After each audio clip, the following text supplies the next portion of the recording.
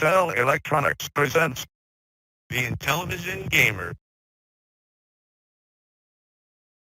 What is going on, guys? Welcome to a special video today. We have a special guest, Ben Jones of Plaion.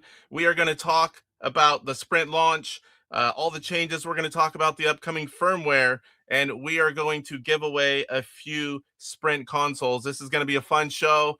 And without further ado, let's welcome on the very special guest, Ben Jones from Plaion.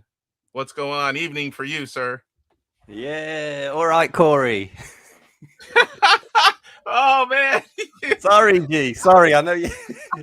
You've been taking it very well. You've been taking it very well. You don't even know how big that has been. Even more so, people that I've never seen comment are saying it, and it's like it just went. There's no stopping it. Do you know what? It's nice to have a little meme for yourself, though, isn't it? Oh man. When I watched it, I think nearly live when Gen X did it, and I just went, "Oh shit, that's going to be big." I knew it. And we talked. He knows my name, but I mean, I understand. Sometimes you're doing recordings and you just say, like, "Why did I even say that?" You know, it's like you say the wrong information, or you blurb stuff out, or you have this big thing planned and you end up saying part of it and you leave something out. It's just the pressure of live and doing videos. I know, he's so slick as well. He's so good at what he does. It's like, yeah, he's good. He's really good. He's really nice guy as well. Speak to him relatively frequently, every couple of months on a quick call. Really nice guy. Does a lot. Works his ass off to bring content. So yeah, he's high level. I mean, he's been doing it for so long, and he's really good at what he does. Yeah, for real. Well, let's welcome everyone in chat. We got the Daily Vinyl. We got Camo Ducky. We have Retro Dean 66. Guppyzar. This chat's been hopping for a while, over a half hour. Retro Creep. Bubbly Serenity. Code Monsieur. Try not to leave anyone out. Here's Electronite. What's going on, William? 1375 Stick Boy. Max Society. What's going on? TJ, my buddy. Keith. Crash 7. Saboteur's here. Derek. Double Knot. Dark Underdog. We have 50 people in here already. PJ Smith. Mike OS. It's hard to remember that many names. Almost here. Steve's here. Derek, Eddie. Oh, yeah. It's a little early for me, but I have a beer as well to celebrate. Yeah. Cheers. Perfect. I don't think I've ever had a beer at 11 a.m. Nah.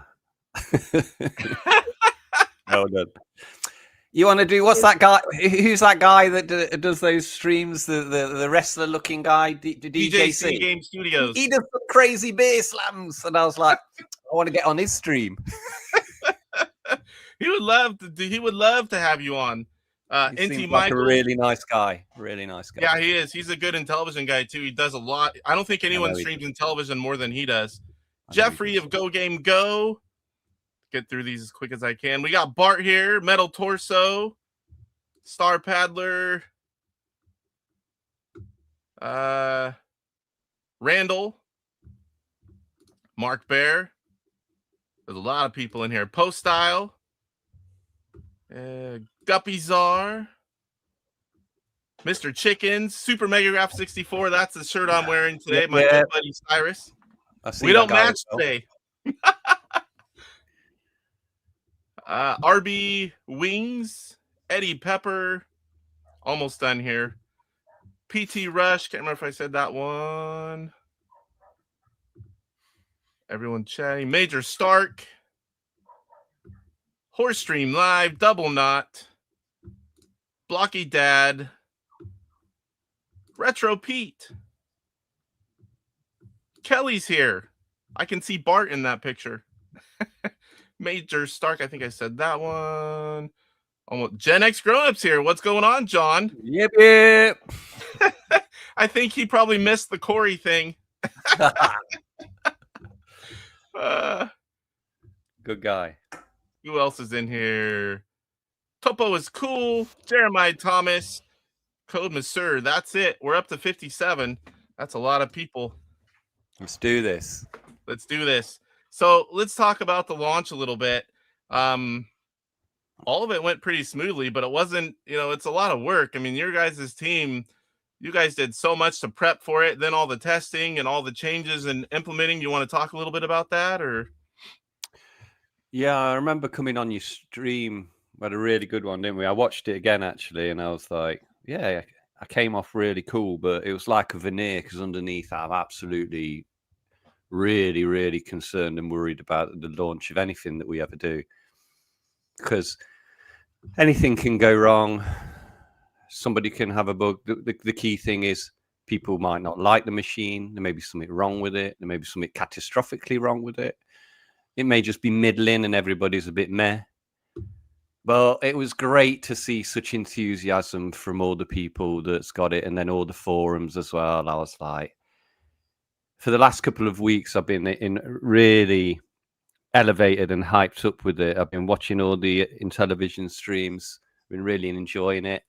Been seeing some real interesting feedback, and people like doing lots of work. Like, what's his name, Steve, doing that sprint game manager. Like, my goodness, this is incredible stuff. People just nudging me to do things and that. And I've been reading all the comments, watching all the videos, and making changes as quickly as possible. Like I said to you, I think last time, so I don't want to do too many of them, but you got to get it to this really accepted level by the hardcore, and then we can see how it goes from there. But at the moment, it's put quite a bit of effort in to get these bits ready. There's still a few things that I need to do, but we're getting somewhere. We're moving, and the machine has started. It's undoubtedly started very well. The sales are very good as well, to be honest with you. That's awesome to hear, because that means more things. That means it's popular. People are loving it. People are buying it. People are liking what they see. And I can tell you from not behind the scenes like at your level, but from behind the scenes of seeing things and the conversations, that you guys, you see things and like, it's like, boom, if it's something good and you can do, you give it to us. And I mean, I've never had any of these consoles that I've bought, all the minis. I've never had anything like this where you just kind of have, a two-way communication and things are just getting done, and it keeps getting better and better. And what we're going to show you today is really going to be nice. You guys are going to like all the changes for the firmware update. Yeah. So I mean, there is words floating around of some new manufacturer reorders happening. So that, and when people are saying that to me, that is excellent news, because we know we're on the right track. So we just keep bubbling, and let's see what happens. There's even things further on down the road that we're thinking about now that Bruno's been talking to me about, and it's like, nice. Yeah, we've started well, everything's cool. Few little polishes here and there. We're going to be A-okay. So this is something that was unexpected, that it's been happening.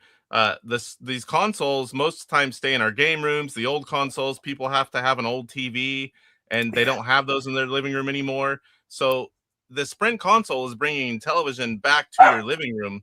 I can play with my wife, my kids. I can have game sessions where I'm not up here in the man cave, and that's something that the Sprint is doing also. Well, do you know what doesn't get talked about enough? We're not getting into the CRT discussion, but the clarity of that picture on a big OLED TV on your screen is absolutely insane. Yes. It always bugs me that people don't talk about it enough. Because I'm like, dude, this is insanely crisp and nice. Now, I know the colors. I got the colors. There are some color people. There's problems with the colors, but as you're going to see in a minute, that's all fixed very shortly. And the color thing, you talk to 5 people, you may get 5 answers on which color palette. That's why it's good to have options, because your equipment, your personal preference. I mean, not everyone picks the same one. I can tell you that. Yeah, I think we just use the default Intel one on the.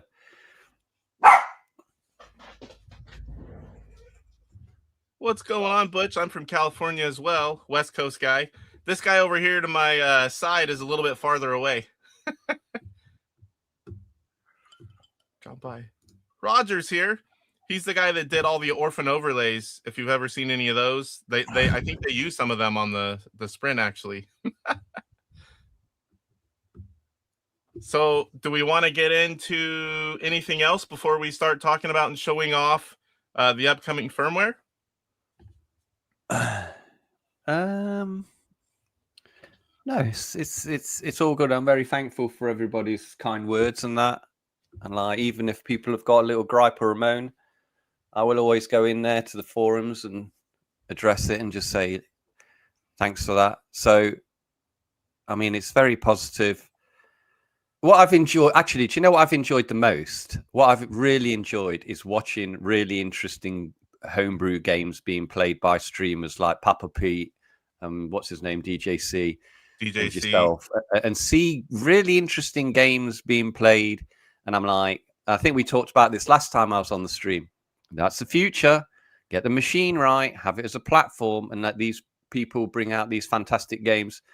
If they're bringing games out now, they're still be bringing games out in 5 years, 10 years, 15 years. That's did come across my mind that maybe I could make one, but for the moment, I'm deep into making 7,800 games. But I love it. And do you know what I really like about the Intellivision? I've grown to love it more and more. I think, again, I said this before, was that consistent art style that it has. All the games look like they're an Intellivision game. And to me, that's really nice because I like unique things being compartmentalized. And it's normally got that same kind of font. And I kind of like it. I never see anything on thing. I thought, that's an Intellivision game. I know that straight away. Here's another one, Electronite with the Corey comment. I got to ask it. I just saw Corey. Big crowd. Yeah, we're up in the 60s now. That's pretty cool. Everyone wants to hear what's going on, see the update, and they also want to win a console. Of course they do. The AV mod. Yeah, that someone's Star Paddler. Great to hear on potential reorders. I mean, that's always a good news. You don't see them instantly going discounted because they're just nobody's buying them anymore, but you actually need more. Yeah, no, I was reading some YouTube guy who's waiting for the price crash, and I was like, ain't coming. Yeah. Well, we're just having a light-hearted stream, but I you know, that's the worst that can happen to these things. John, grayscale palette for those of us who grew up gaming on black and white hand-me-down TVs. That was my first TV, but it wasn't a hand-me-down. But I was one of two kids that had a TV in their room at the time, but it was black and white. But when your parents kicked you off the TV, you could still play games. Yeah, I had a black and white TV in my bedroom. Bears fan Goomba, hey Casey, I'm working, but sign me up for the giveaway. I'll have to go through the chat. That's going to take a bit to put all these names in. I don't even think of how many people are in here. Woo! What are the rules of the giveaway? I was just going to put people's name in here from chat, spin that wheel. Anybody that's in the chat.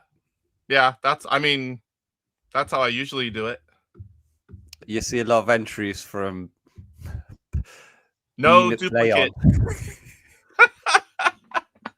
I won my own consoles. I needed one for the other room. Yeah. You'll see all my alt accounts. Yeah. I know most of the alt accounts. I already told everyone, no alt accounts, guys. I know most of them. But the problem is there's this many people, there's so many new people that I like. There's new people in here that I've never seen in here before.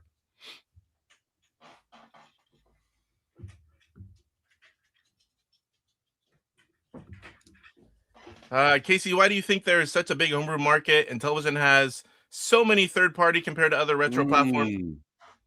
The homebrew market's been thriving for Intellivision for a while. I mean, there are literally, we're getting upwards close to 300 range. Everything behind me, it's hard to see it all right now. There's humongous shelves. I'm running out of room. They're stacked in front of it. And those are just the CIB games. There's a lot of games that don't make it to CIB that are still good games as well. Are they easy to program? I believe it got a lot easier.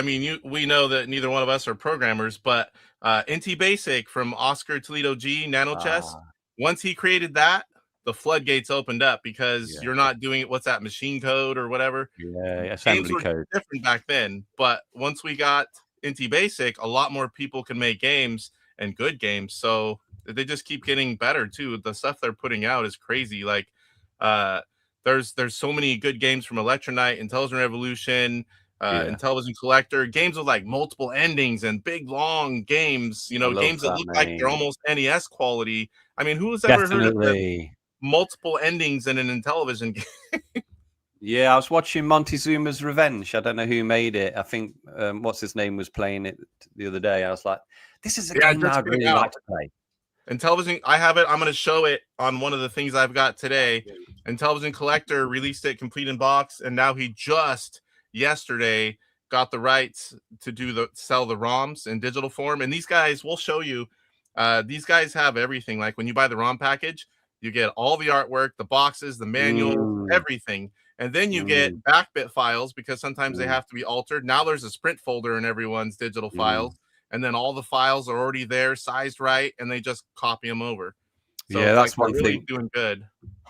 That's one thing I've seen, as well as all the comments in that, is that people starting to actually make things for the Sprint. I've seen people making a wooden USB stick. And these games are now being moved from cartridge to digital. We're still getting both.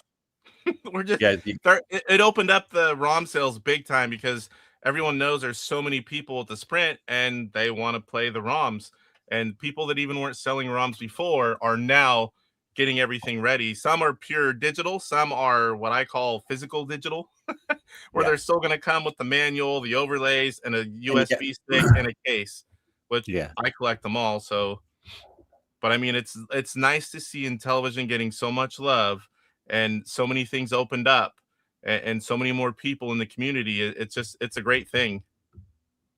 Good. Trying to keep up. How far am I behind? Oh, not too far. There's 74 people in here now.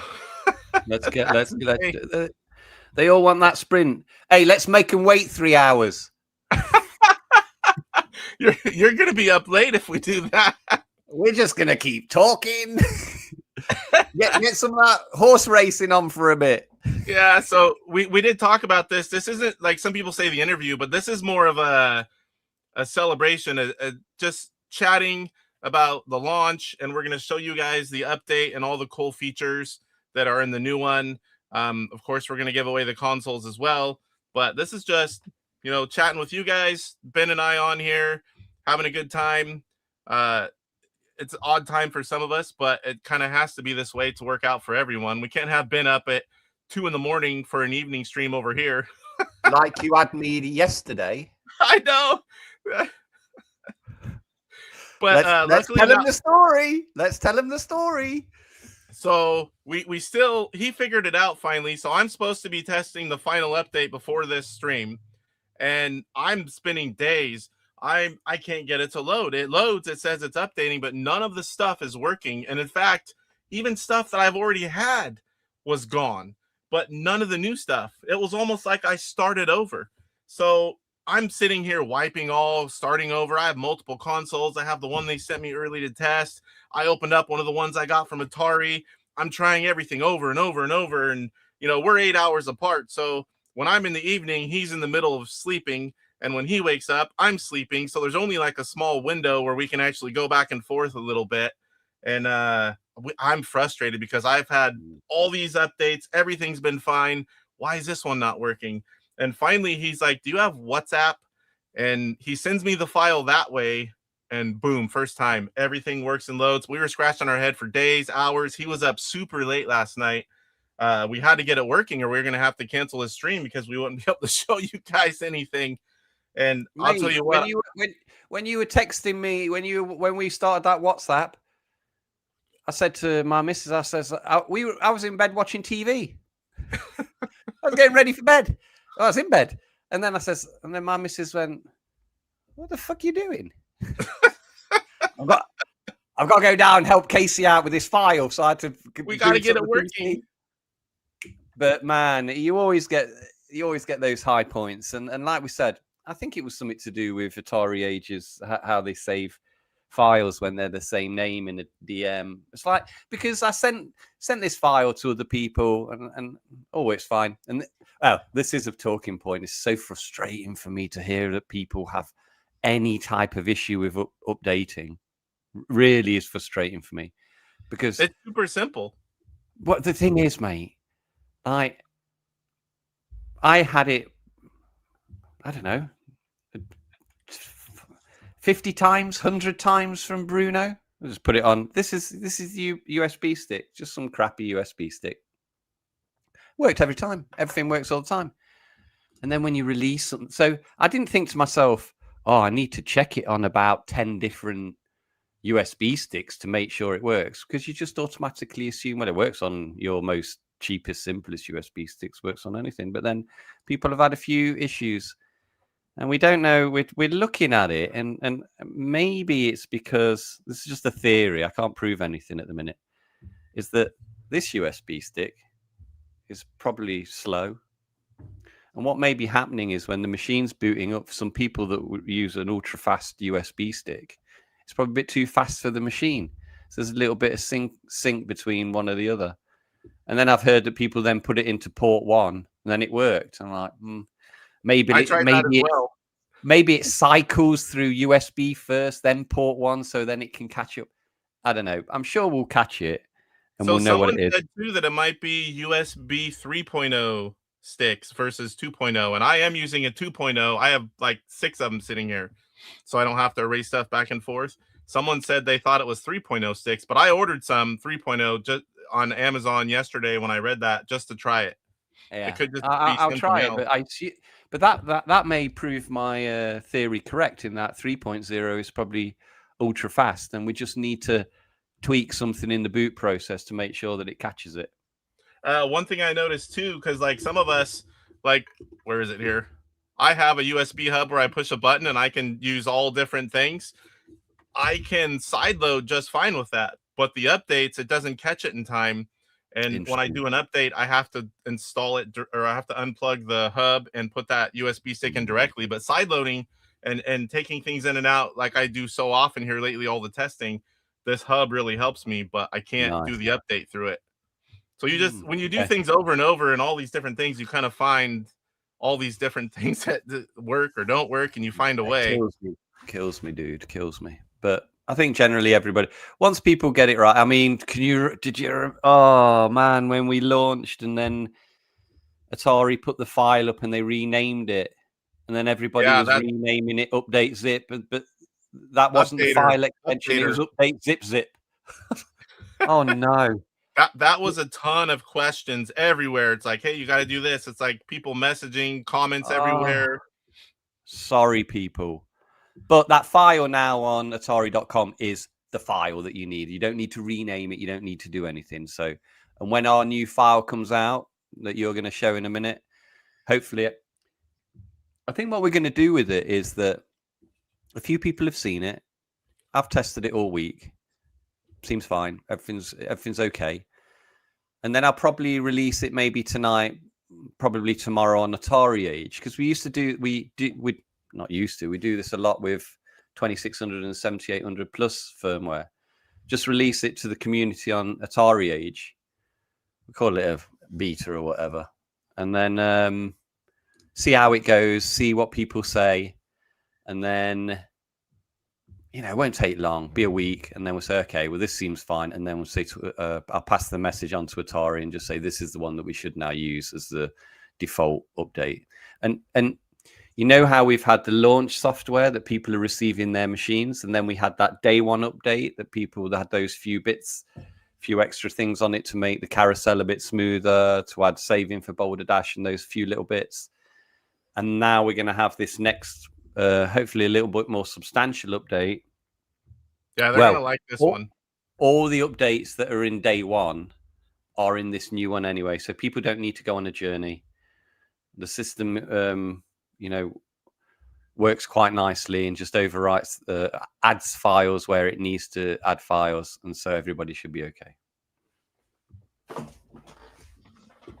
Tofu is asking, will Atari be making games for the Intellivision? Does Ben know anything about the Sprint sticks?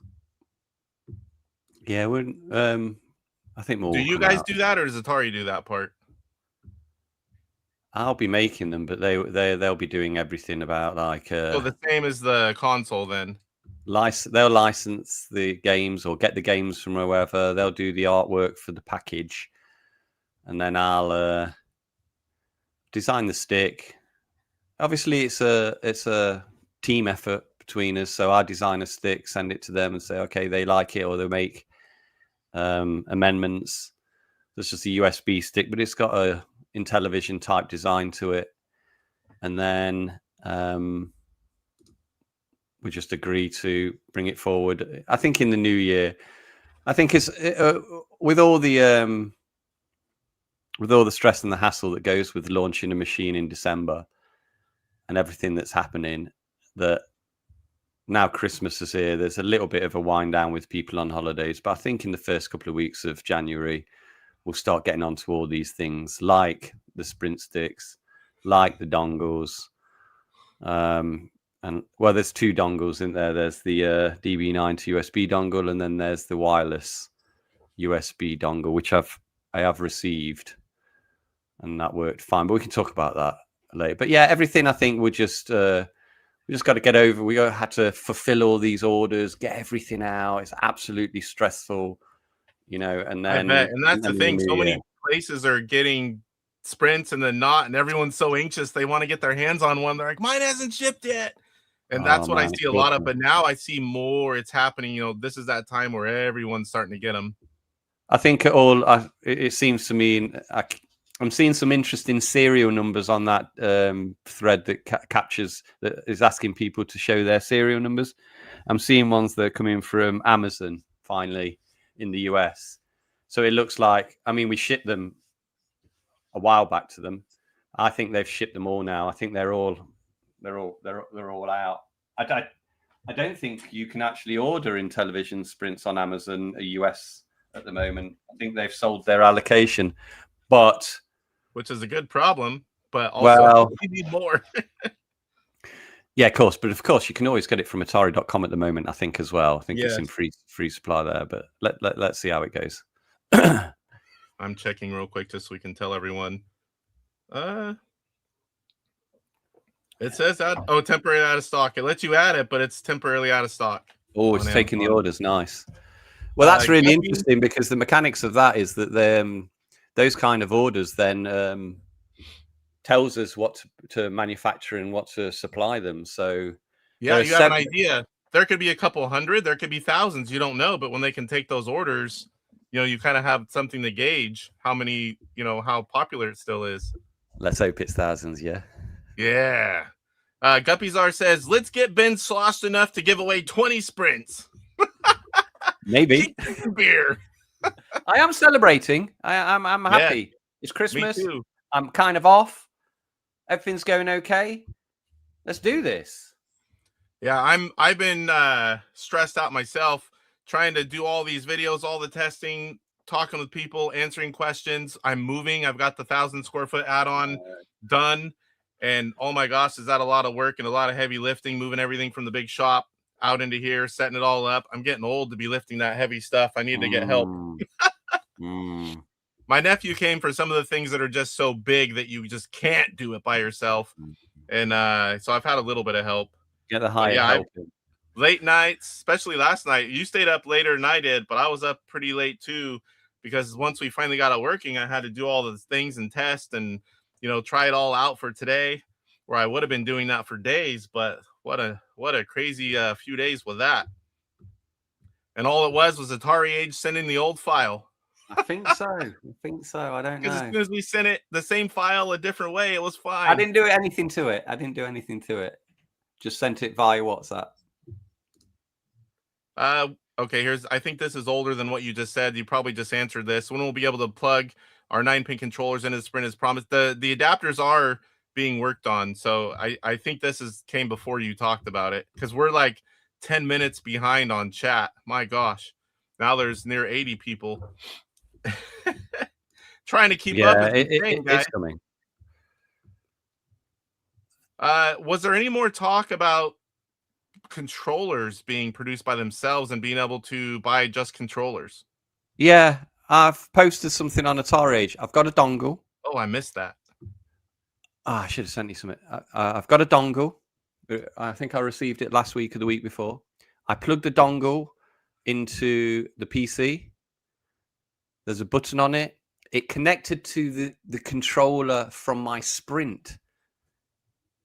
So I just took the Sprint controller out, pressed connect from the Sprint controller to the new dongle, and then it was working on, the gamepad tester that's on the internet, and it shows you all the directions and all the button presses that you've got. Find the post, because it seemed to work fine. And interestingly, I then got the dongle and plugged it into port 1 of the Sprint, and it acted as an additional controller. So the sync lights of 1 and 2 on the Sprint, they were flashing. They weren't connected to the one that I had in my hand. That was being connected through this new dongle.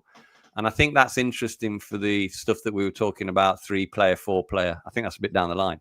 But it shows you that you can add extra Sprint controllers to the Sprint through the USB sockets. So we would be able to have 4 theoretically working, but there's work to do there.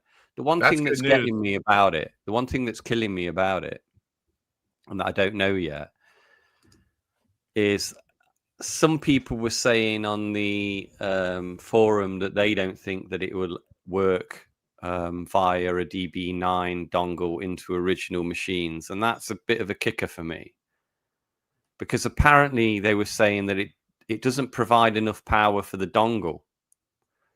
And I think it would be a knockout product if you could have a Sprint controller with a USB dongle and a DB9 dongle. It's what we do with the Ataris, so that people can use it on a PC, or in this case, additionally with the Sprint, but also be able to use it on original Intellivision machines. Because I know you said it a few times, and a few people have said it, like a replacement ones. So that's my only hurdle, is to actually see if that can be made. I mean, I think there's probably value in having a dongle anyway, even if I can't make it work with the original machines via a DB9 to have a USB one. But it's less attractive. Do you know what I mean? You want to hit everything with one product. But let's see. Yeah, I know that'll sell a lot of controllers. I know it can power I use dongles all the time, different types. I play 8-bit DOS stuff. I hook in arcade sticks that require power, and it all goes through the console. I think I've showed it before. Like, this is one of the products, and this goes through the console, and I plug in the power that required in the controller through this, which comes from the console. And I've never had any issues with any of that. So I know there's got to be a way. That'll be great to be able to buy replacement controllers, because trust me, they will wear out. Streamers will wear them out first. Yeah, but it's got that device you showed. Is that plugging into a wireless controller or into a wired controller? This is both. So this plugs into the console like a cartridge, and then the regular standard controllers plug in up top. You can use a switch to go to the flashback controllers or original Intellivision. You can also make it players 1 and 2 or players 3 and 4 with a switch. And then there's also USB power, which comes from the console for those controllers that require more power. Yeah, I need to just get on it. Trying to keep up with stuff here. Whoa! Gen X Grown Up gifted 10 Intellivision Gamer memberships. Thank you, John. I appreciate that. Nice. He's trying to make up for the whole Corey thing. I can't see who got them, though, in here.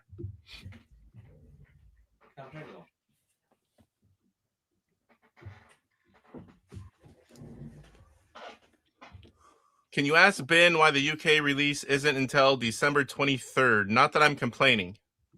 It's just because the ship times from China to West Coast of US is substantially quicker then going to Rotterdam, and then to our facilities in Austria.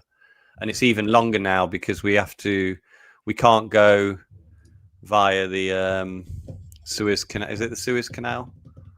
Yeah, the Suez boy, Canal. I'm not sure. Our containers have to go around Africa now because of the military fighting or whatever, you pirates and that. So it's even longer to ship stuff to Europe. So it's just that. Man, if I could get it there earlier, I'd get it there earlier. So I know he's never talked about numbers, Tofu, but he's just said earlier that it is selling better than expected, which is always good news. And like we just said, Amazon is out. So that is a good problem to have. Yeah, you just need to watch the serial number threads. That's all I can say. I can't give away stuff like that, but I know, like my serial first one was 4,000 something, and my two from Atari were 5,000 something. And I know, like the ones that went to Australia, they were getting like double digits. Some of the Yeah. collector friends there were getting double digits. I know. I thought that'd make you really mad. I seen I some guy with like 60 something. I was like, ooh, Casey's gonna be mad about that. No, it used to be like in the homebrews, you wanted like number one, or like when I collected years ago in the 2000s, I was allotted number 4. They used to number them all. They don't really do that anymore. But Right. once you were a regular, you got your number. So like I had a stretch of really? homebrews where I had all number 4. Oh, That was you way should have back. You told were me just that, like, bro. I could have got you number 4. I think, yeah, but remember, yeah, they're all serialized. I've seen some quite high. I've seen 7,000 something at the minute, and you can imagine that woo. the earlier ones that have been shipped were the earlier ones that were manufactured, and there were still containers going after that. So all good. Here's someone, PJ Smith, one of my good buddies. He says his from Amazon hasn't shipped yet. So, and he was one of the ones that ordered when it was available. But I know the Amazon ones, they had dates that were, you're going to be getting it any time, I believe. Watching all the posts about the dates, and, you know, I think it's any time. It's like, there's so many going out, which is cool to see. Everyone's like, and you see posts every day. There's a whole bunch more people saying, I got mine. Here it is. Oh, I love this thing. And there's a couple of little things, you know, like someone will talk about something and it's like, that's really, really small. This thing's like really good overall. And some people, like, you know, some people always have to find something. That's human nature, dude. I do it. Everybody does it. Sean says my Amazon Sprint comes tomorrow. He's got a few of them too. He's one of my oldest Intellivision friends. We used to fight on eBay, cost each other a lot of money. That was back whenever you could see people and message them. And when I started collecting, I was buying everything, and I didn't let anyone have anything. And him and I were two of the big guys that spend a lot of money, and we finally started talking. All right, first one that puts a bid and saw it first, the other one stays away. Yeah. We had to, or it's costing each other thousands of dollars. That's so funny. I missed the beginning, but has there been talk about cartridge slot expansion? That is from Tim Clow. Yeah. Oh, not in this chat. I'm going to be getting my first ROMs later today. Yeah, there's a lot of ROMs, guys, and I'll talk about a little bit of them whenever we start showing the console and you see how I've got it organized. There's a few things I'll talk about. I've got specific games in here, also like a promo type thing. 2026, year of Intellivision. Do it. Electronite William says, I'm working as hard as I can to add sprint files to my digital packages. He's knocking them out left and right. You know, getting things ready. It's so good to see, like, just more and more games being available, because there's so many new customers with the sprint, and a lot of them are wanting the digital. It's just, yeah, he was very kind. He was very kind to me. A couple of months or 2 ago, he was sending me lots of files, making sure I was testing everything right, making sure that his games were working. It's William Morley. William Moeller. Yeah, William. Yeah, good Electronite. guy. Yeah. The CEO of Electronite. So don't mess. Or Willie. Sometimes we call him Willie. Yeah, so he was very helpful and very gave me lots of information. So thanks a lot.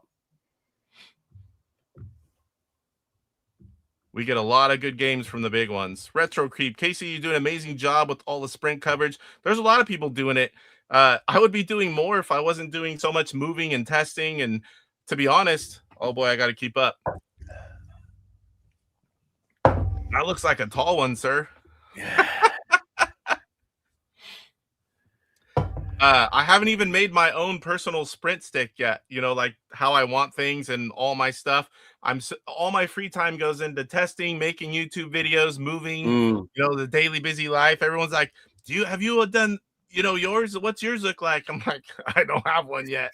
I have a whole bunch of sticks of everything that I've tested, and that's what I've gotten. You know, it's like eventually, you know, Christmas and all this stuff and the testing and the updates, it'll all kind of slow down. Everyone will have theirs, and I'll start working on, you know, my own stick. But you're taking some time off, right? Anyway, so you've got the house will be finished. You have a bit of spare time, and you just enjoy yourself. And well, I have a grandson born in September, the end of it, and we are going out of state for 5 days to go visit him for Christmas. And normally I'm working, you know, it's like, you know, triple time days for 9 days in a row. But I'm like, you know what? Grandson, first one, we need to go visit him. So we always do the holidays here with family. Day after Christmas, we're going for 5 days. It's like 10-hour drive. It's right south of PRGE for everyone that knows where that is. You know, so we're gonna be gone a while, but I will have a few days when we get back. And as soon as I get my stick, I'm gonna copy it, and I'm gonna have one in the living room, the family room, and my bedroom, and the toilet. No, that always comes up, but I don't play in there. I want to get out of there. It's not hygienic. But there are people, I know people with TVs and that are heavy into sports, and they put one in their bathroom so you don't. So like when people are going in and out, they don't miss all the scores and the plays. But I'm like, I think I would be. My wife would hate me if I did that. Nah. The kids would be in there like this and never leave. Nah.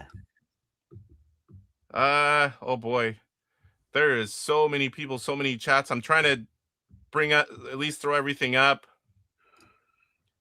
Amazon Germany. This is one of the Intellivision guys that's at PRG every year. The Germany delivery date is December 29th as well. Just switched to Media Market, who promised a delivery for Tuesday. Oops, sorry, I meant to click it. He's one of the big Intellivision guys. Amazing that you brought the old console to new generation. My 12-year-old loves it. I love hearing stuff like that. Yeah. I love hearing stuff. I just saw someone streaming with his young son recently, and I had to sub to his channel. I love seeing that. Yeah, me too. Show us your dongle pin. That's on another channel. That's OnlyFans. That's supplemental income. Yeah. PJ says, which port am I plugging the keyboard into? I haven't tried all of them, but it works in port 1. I'm assuming it works in port 2. USB keyboards. Have you tried that yet? No. It works great. Well, no, I was a bit concerned about it because don't press F10 or something, because F10 can start a video. Fill up your flash. Oh. Because it's got loads of these shortcuts, hasn't it? Because we're looking at it at the minute, and you might want to disable that. That'll be one thing that we add to this update that you show before. But when you're going to show in a moment, and we're going to do that before we release it, because I think it's problematic, and we've seen people fill up. I don't think people really should be filling up the onboard flash with games and that, because I think it's better to do it on make sense. Stick. Yeah, it doesn't make sense. That should really, I think, be left to just for the updates and that. And then to be safe. What's the difference between having a USB stick on the back? There is no difference, really, is there? I've done it both ways, and you know, I prefer the USB stick because it's so much easier to manipulate, change things. Yeah, I can put all the games on there. I don't have to. If you don't want them, you know, back and forth, you can put all of them on a stick. You don't have to go back and forth. There's a way. You guys have opened it up. There's a way to do it however you want. And I find it a lot easier to use a USB stick externally and going back and forth. Oh, definitely. It's just, I don't see the reason to talk about the reset button. Yeah, we'll talk about that in a minute. I am 13 minutes behind on chat. 4-controller games on the Sprint. That's how I don't far know back whether we I are. can do it. Theoretically, it's a Theoretically. possibility. That comment came as you were talking about that. That's how Oh. far the comments are back. Here, yes, 4-player games, 4-player sea battles. But did they ever have that back in the day, 4 players on Intellivision? It was just coming out. There are a couple games, and there are homebrews that do it. But how would the Intellivision do it back in the day? ECS, the computer. This guy right here. This was the second computer. Yeah, it plugged into the cartridge port. You had like data recorder, everything. And then this right here was where the music synthesizer plugged in, the keyboard. But you could also, this was also players 3 and 4. Gotcha. So, and then that's how that other device was made from 8-bit widgets. They're like, hey, if the ECS can do it, we can bypass the computer and use all those controller ports. And they did it. Okay. But yeah, there are some games. It was right towards the end. There were also wireless controllers in the works. The Intellivision or the IntelliVoice had the early ones had the case removed. There was a thing that soldered on, and they were working on wireless controllers back then. Yeah, here we go. Using 8-bit widgets and teleport adapter to get power out of the Intellivision. There's only so much power to go around. But does the power come from the DB9 sockets on the machine? That's the key thing. Or does it come from the cartridge port? That would be a question. I could find that answer for you, anything like that, but I don't know the answers until I've been told. Isn't it? I remember them when they tell me, but I don't know it.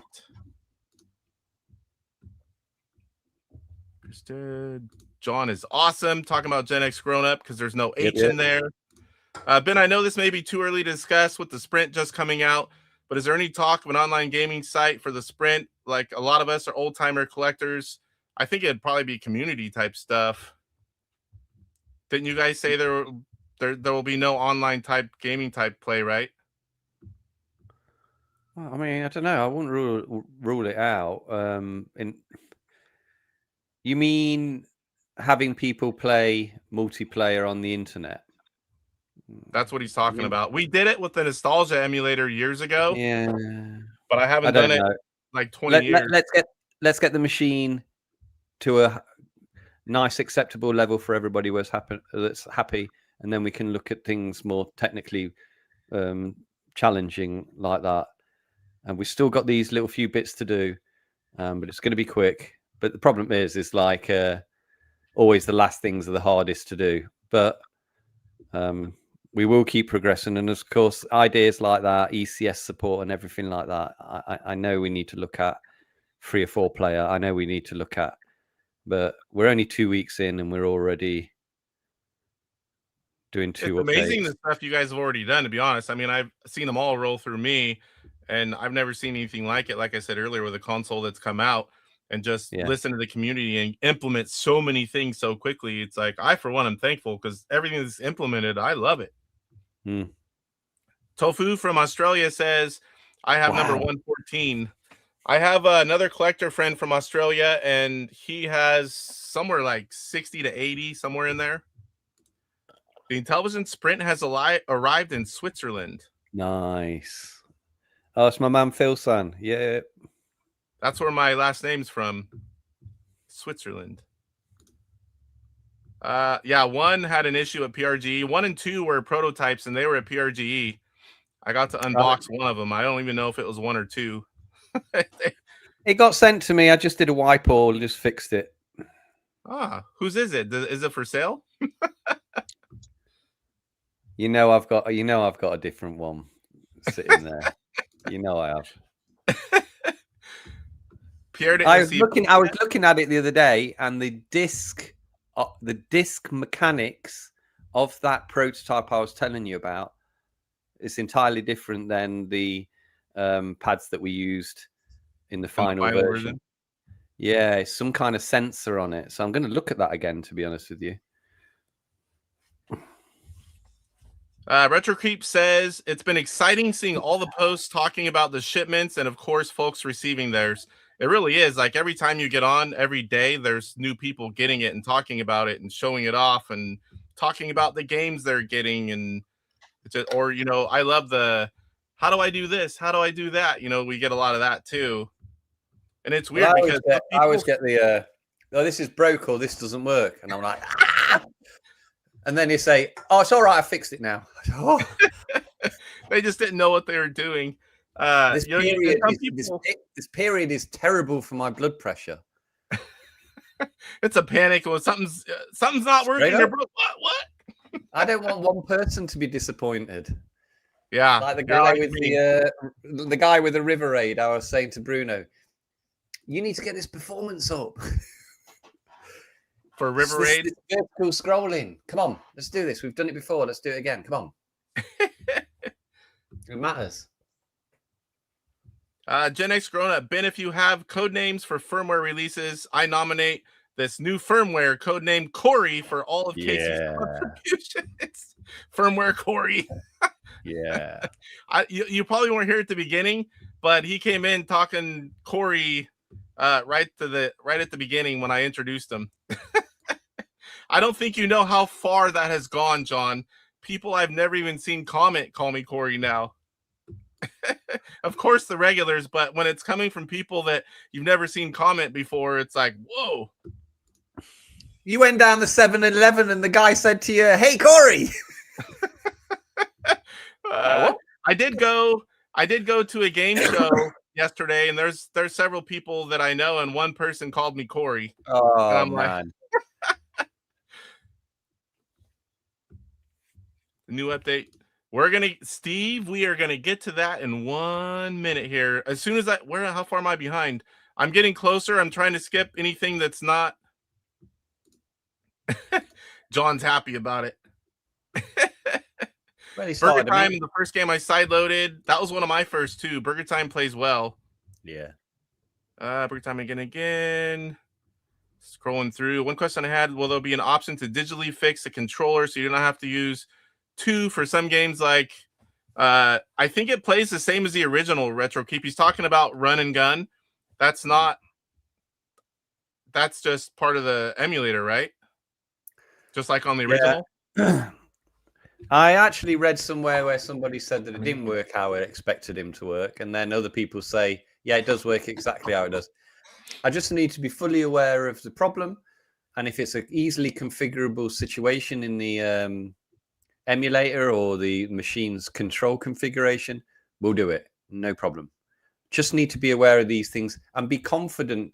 What I always used to do with the Atari 2600 and 7800 Plus is I not ignore, I would note somebody's complaint, but generally I'd have to wait till somebody else went, yeah, that happens with me as well. I'll be like, okay, backed up. Because a lot of times people can just have an odd thing, user input error, but when two independent people report something, then I'll go for it. And there hasn't been that many of that from the Intellivision yet. But when somebody says something, then somebody agrees with them, I really fixate on looking at it and then investigating what to do and then how to fix it. I mean, this port 2, port 1, and USB stuff. I don't even know. I think would the update work for this person? It's insane. I mean, I think it's just. I think we're going to get to the realization that it's probably the speed of the USB sticks. That's why, because I use these crappy old ones. It just works fine on USB 1, but maybe there's a sequence of it checks USB 1 first, second, third, and it misses it if the USB stick is like a USB 3 ultra fast one. I don't know, because a lot of people have said, yeah, when I have this super SanDisk, whatever, it's not worked, but then I've an old one. But we need to figure it out quick. Yeah. But then that one worked all right. But it's not some special one. It's just a 2.0 32 gig. And I had one, and then it worked, and I ordered a bunch more, so I don't have to move files around. Electronite said, again, this is a little bit behind because I would like to develop a 4-player Warlords in Color Squares mode. Yeah, there'll be a lot of homebrews for 4 players, especially with these. At first I'm thinking, it's not that big of a deal, 4 players. How many of us have 4 players to play in television at their house? But with it being in the living room again, that opens up when people are over, your family. It's like it really does. There are a lot of 4-player homebrews already. But this would definitely give us more. Hey, family-friendly couch action fun. I've heard that before somewhere.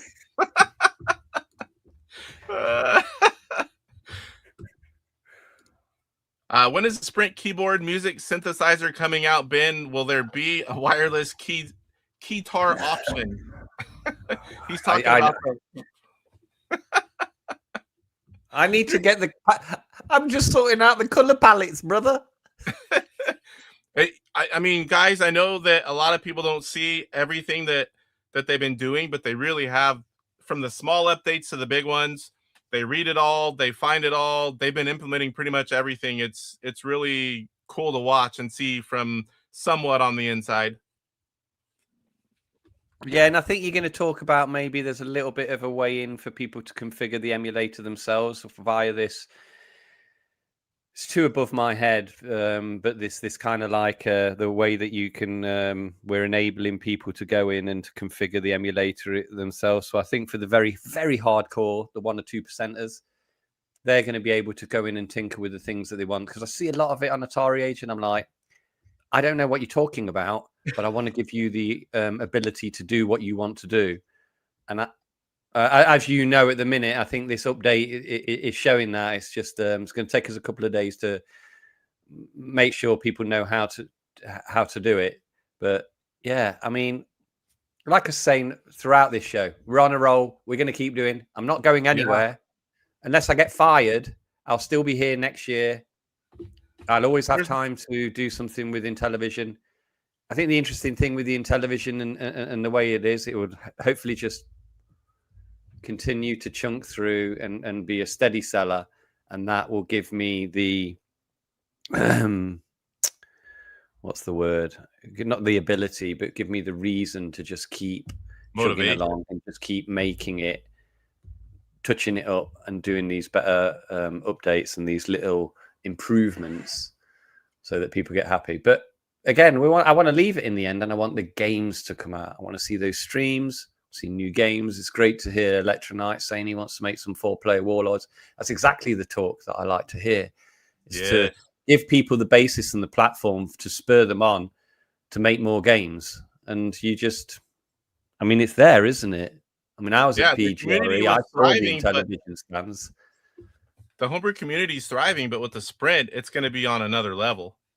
Obsidian Contraption's asking about the carousel music not playing. It's not. There wasn't ever any music in it.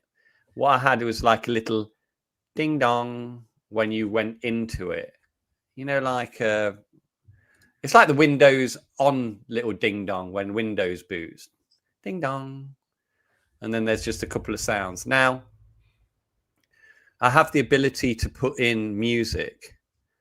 And actually, Casey, you sent me some example ones. I was just rolling around, kind of laughing with the humorous nature. The guy was he was obviously English that sang that song, like some 80s tune. That's the most iconic Intellivision song out there, and most people here would probably know what it is. My Intellivision.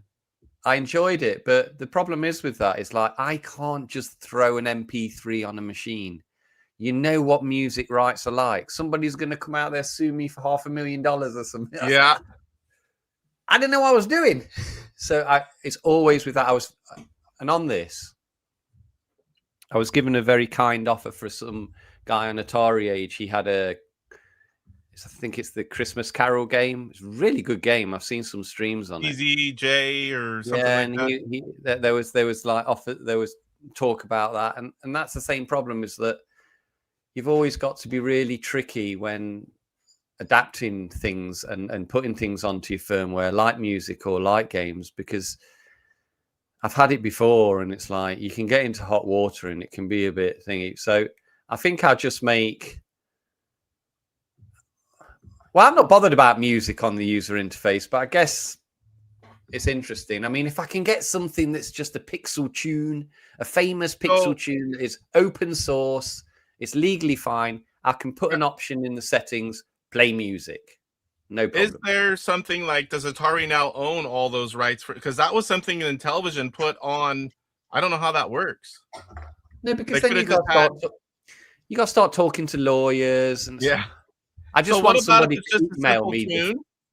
What if it's a simple tune, but then we can put our own? Yeah. Does it have kind of like the ROMs, kind of like how we do the ROMs? Can it just be a simple tune, but then we can replace it with whatever MP3 we want, kind of like what we do with ROMs? Yeah. I'll put a default tune on. Yeah, and then we'll put whatever we want on there. Yeah, of course. That is obviously an option. Here's someone that's one of the most intelligent, brilliant minds when it comes to technical things on television. He's saying power comes from the cartridge ports, thus the teleport can via an extra plug. There's no power via the 9-pin powers. This is one of the guys that knows everything technical. I mean, I can't think of it. How else would you do it then? Can't do it. The only thing you could do is add a wire to the Sprint controller and sell that separately. But man, why would you do that? Corey is amazing. I don't know who he's talking about. Do you?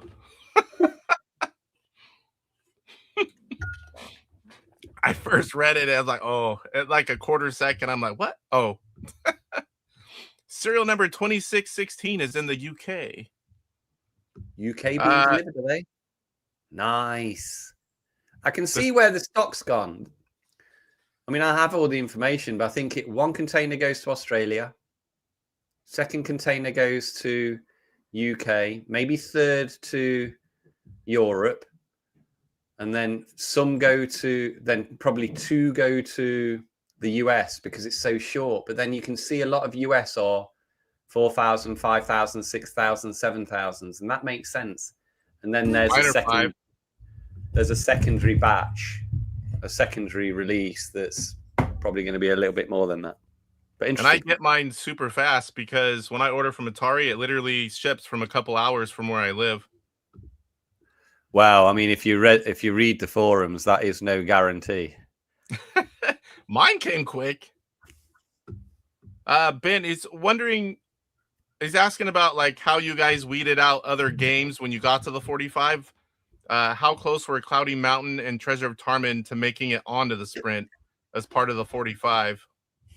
I was completely advised by Stefan from BBG and Darren from Retro Games Limited, and then Atari themselves, who owned the IP. Here's our 45 games. I read back at it recently, and there's some interesting things that we wanted to include some games. I mean, I think about the 45. 40 were pretty much solid from the very first suggestion. And then there were some inclusions and exclusions because they didn't know about the who actually owned it or if there'd be a problem with something. But then the 45 just got decided. So it wasn't really me. I don't know it. I need to ask people's advice. So you ask people that know what they're talking about. Yeah. And that is Stefan and that is Atari. Stephen Baker from the UK. Thanks, Ben, for listening to the community. You have delivered a class product. Gotcha. Slappy does a lot of the AI art, a lot of stuff for a lot of YouTube channels. That's when you saw right away the USB cart slot thing and all those kind of fun things. He's the guy that does all that really cool artwork for us. And Luke's here. Luke, the Intellivision collector. Good morning, sir. See, we're almost getting through here, and as soon as I catch up here, then we'll start with the showing everything on the update. Yes, Montezuma's Revenge digital ROM. He is cleaning up. Got mine right away. He is cleaning up. Yes. Salvador says old, slower USB sticks are fine. Most of us are old and slow. Cheaper the better. Guitar Hero music synthesizer for the Sprint. Wow. The Sprint's going to dominate all consoles 2026. couldn't be happier with the way Plaion is responding to their customers. I totally agree. I tell them that privately and publicly. I've never seen anything like it. And the fact that it's for my favorite console of all time, I absolutely love it. And, I can't thank Ben and everyone that's been involved. I love this console. I love seeing the community excited. I love seeing new people. I love seeing old people coming out of the woodworks that I still have my stuff, but I haven't played it in decades, and now I'm wanting to play again. It's like, I love hearing those things. Will there be a way to upgrade the RAM and GPU? What about VR? He's being silly. He's being silly. He's going off other comments, like people asking, like, Retro Creep says he's a ding dong. That's the Atari Creep. He recently changed his name. He's been Atari Creep for like 15 plus years, and now he's Retro Creep. I know him. The music from Snafu is iconic. Does Atari have the right? Brilliant. Well, the chase music at the end when there's only one or two, when there's two of you left. Yeah, yeah. Well, I guess so. Of course, if Atari owned, I would do that. I would do that on Monday. I'm going to put, because obviously Atari own the music to Snafu because they own Snafu. Yes. So that's whoever wrote that. That's the suggestion that's going in. I'm going to do it. That was Mark Baer, one of my channel members. I still say it'd be awesome if it was MP3. Yeah, we'll flip it. Switched out. Yeah, we'll flip it. Then everybody's happy. Yeah, that's what we do. Yes, so far, yes. The one time, whenever you were all happy, we did this, this, and this, and I go, well, what about this? And Ben tells me, I give you an inch, and you ask for a mile. Yeah. I'm like, well, I'm not trying to do that, but I genuinely know you care about having things absolutely the best they can be. And I'm just like, he did that. Well, let's do this. And classics, mate. Good banter. Whenever I read that too, I was like, oh. I'm like, I hope it's just general talk, and I did like Nick. It was. I do appreciate all the other stuff. We're cool. Because that was early on, Killer songs as the ROM. Great idea. I like putting on our own tunes. Yeah, like a simple tune that they own, and then we could trade out, whatever file. That'd be sweet. Agreed. Snafu music is great. Yeah. Yeah, I want mine to boot up next episode by Dr. Dre. Okay, I'll take it. It was delivered last Thursday. Stephen Baker from the UK. From Amazon. TJC, the wrestler guy. We call him Chick. Hey, I like this guy. He wants to come on the show, Chuck. He wants to come on the show. He wants to drink some beer with you. So we need to set that up. But we call him Chick all the time. That's his version of Corey. Because when we're typing in group chats, because some of us we're in a lot of group chats. And every time we type Chuck, it auto-corrects to Chick. So I used to correct it, and finally all of us just started sending it. Yeah. So he's Chick. Well, thanks. He's a good guy. He's done some great videos. I've watched them all. Nice and fair, very entertaining. So I really appreciate it. Yep, he's definitely, I think nobody streams in television more than he does. He literally wears out the gold off the controllers. Not on ours. It's a little bit better quality. No, I'm talking about the original. I want mine to play Gonk from Dawn of the Dead. It was public domain. Well, if they get it like that, where you have a basic tune and you could do, that would be awesome. You can put whatever you want.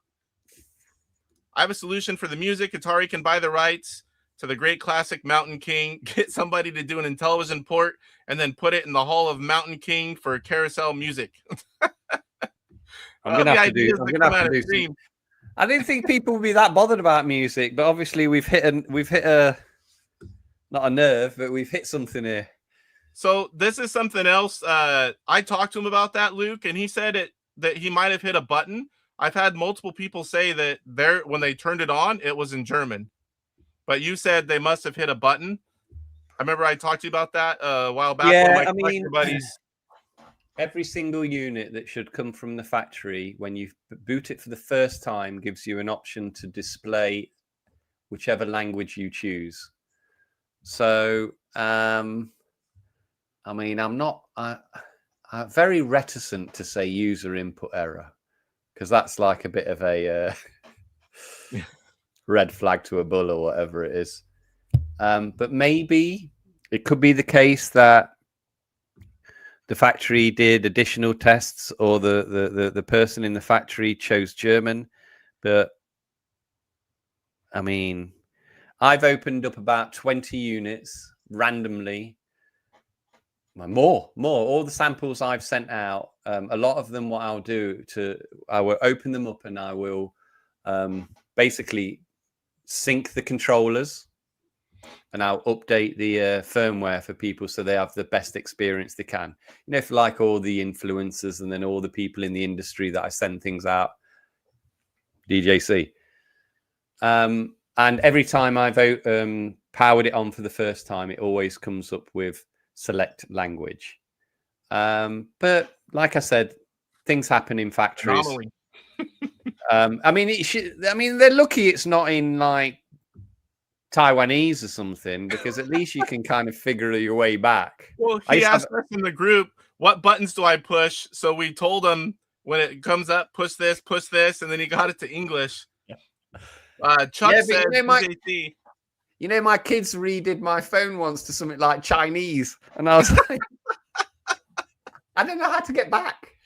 We have our clocks that we have to punch in and out for work, but you can put them in other languages, and until you know that, some of us will do it, and then the new guys come up and they're like, what the? They don't know what to do until you learn. I mean, once it happens to you, then you know, and you just switch it. But when you don't know that kind of stuff, you're like, uh-oh. Chuck says, we were all playing the Sprint at my Christmas party last night. Epic machine. When will we'll talk about that in just a minute, but that's awesome. The Christmas party and everyone's playing the Sprint. I can't wait to be doing that too. I'm going to gift a few once I get all the ones I want. Another 10 memberships gifted to the channel by Torque. Thank you, sir. I appreciate that. That's 20 members tonight already. I wonder when the advertising and television kicks ass starts. I know me and Casey like it. Yeah, TJ did that long ago. When I send him packages, I'll put a little paper in there in television. How he does it. Dun, dun, dun. Kicks ass. Yes, thank you, Torque. I can't see the memberships in this window, but I hope that some good people got them. Gen X grown up. Torque represent. Yes, Slappy's in the house. I'm going to try to catch up while Ben's gone. Oh, 20 memberships. That's, oh my God. You guys, that's like double the members. I'm going to have to, that's going to take me like 10 minutes to read all those at the beginning of a live stream. Everyone's going to be laughing too. It's like, well, that's a stream. We read all the members. Time to go. Super mega graphics right here. The shirt. Yeah, so Cyrus, the guy I'm wearing his shirt, just gifted 20 memberships while you were gone. That's 40 new members today. I've watched a couple of his streams recently. Cyrus loves to chat and play some games too, but and he'll do like regular times. I wake up middle of the night and he's going. I'm like, I know he's a couple hours from me, but it'll be middle of the night. And then sometimes I wake up and he's already streaming like super early in the morning. I'm not even up yet, and I wake up early. He's got a nice relaxed style as well. He's a nice and relaxed guy. Yeah. Cyrus is awesome. My horse racing live. He's the one that first did it, and then he hadn't done it for a long time, and I started doing it. And then David Harley hacked the game and gave me my own version, but it came from Cyrus. Texticle said Serial 10 in British Columbia, Canada. That's the lowest I've heard of, besides the 1 and 2. Yeah. Just in television, it's using the JZ INTV emulator, asking if it can play other systems' ROMs. The Intellivision Sprint, what Tommy Tallarico should have started with. I'm not even going to say the last word. DJC says it's such a great time to be an Intellivision fan. It really is, Chuck. That's what I'm seeing, everyone excited and all these changes and everyone playing, being excited. It's like, I love it. Ben, can you add a spot in show controls for manual photo next to the overlay photos? Now, you can do 3 overlays. I've seen people do it. In fact, I think I saw Steve but it does take away the big overlay when you do 3, if I'm remembering correctly.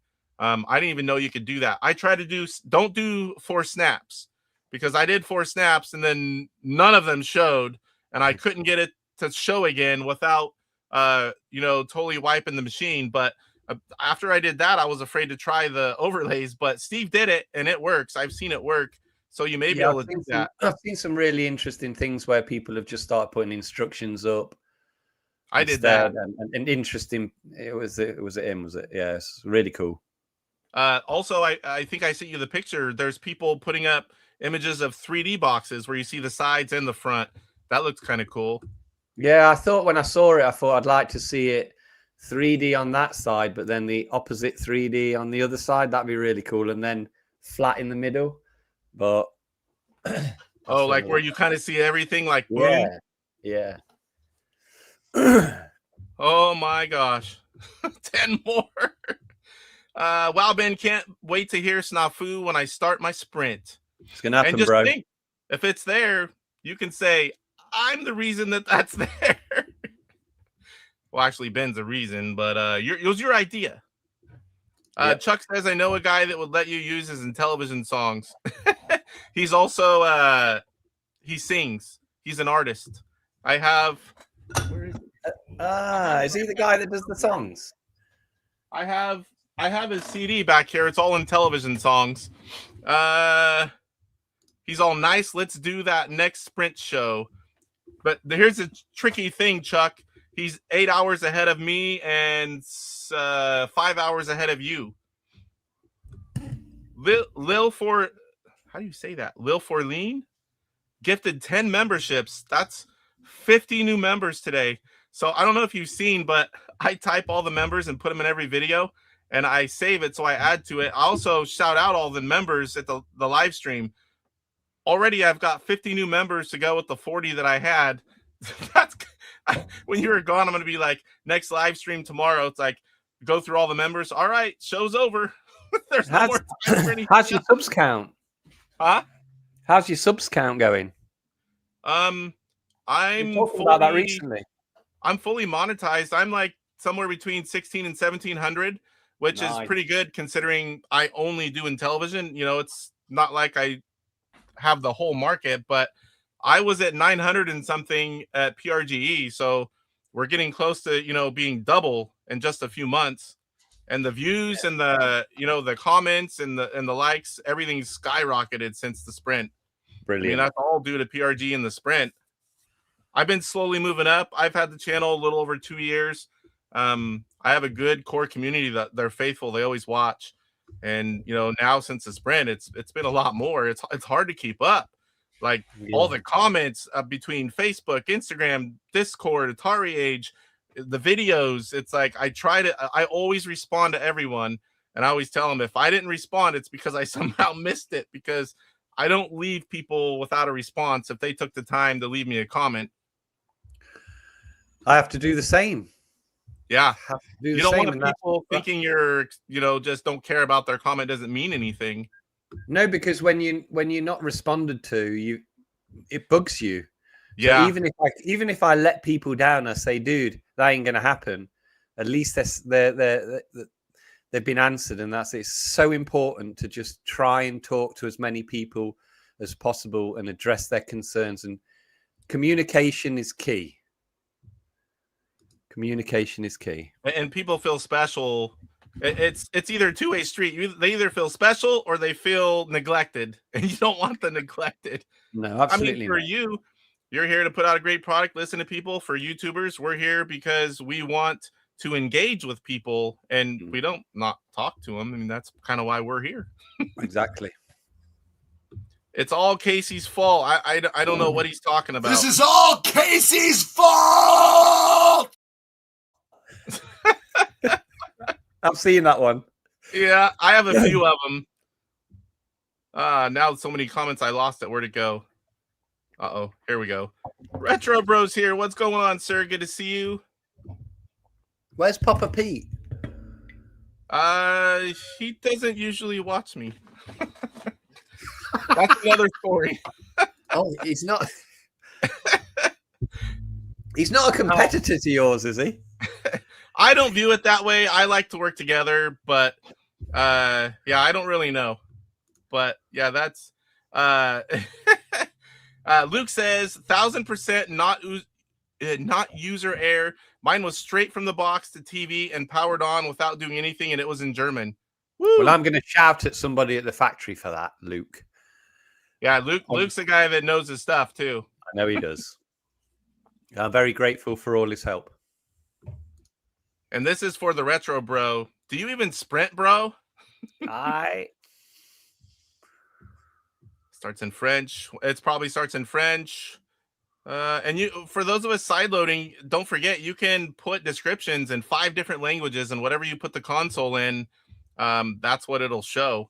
So what happens? Does it matter if someone just puts English and nothing else is there? Just doesn't show when you do the language option for another thing. He says fine. When I did mine, since I didn't bother translating, I just put English for all 5 just in case it did something. Nah, it's fine. Intellivision's digital fanzine will now add a Sprint news page in every issue. I don't know if you've seen that digital fanzine. He's been doing great stuff. I think it's issue 5, and I'll be showing that and telling people about it on tomorrow's show as well. He does a lot of cool stuff. It's great to see people, you know, YouTubers, people creating content like him, Slappy doing artwork, guys putting out hardware and games. It's like the community just keeps growing, which is awesome. Gen X Grown Up says, can verify my Sprint had Ben's fingerprints on it upon receipt. Yeah, my first one did too. And I didn't have to, when I opened up the second one last night, because I couldn't get the update that we're talking about in a few minutes. And so I opened up one of my sealed consoles, and I had, for the first time, had to sync the controllers and do all the different things. You kind of did it all for us. That's my little thank you to you. It was personalized by Ben Jones. You know that, bro. Double Knot says, I'm hoping mine arrives Christmas Eve. I'm planning on taking it to our family Christmas party. That's awesome. What is the Sprint name from? The Running Man. You know, Sprint, the Running Man, the logo for that's where it came from, right? Yeah.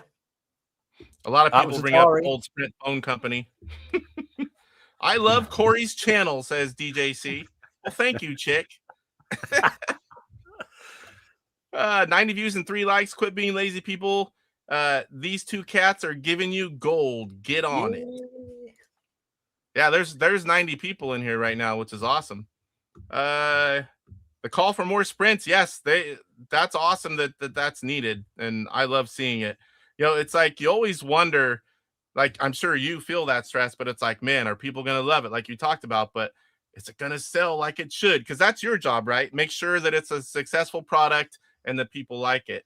And, you know, I have to say right now, I think you and your team have done a phenomenal job. I mean, the numbers and all these people everywhere, they don't lie. It's like job well done for sure.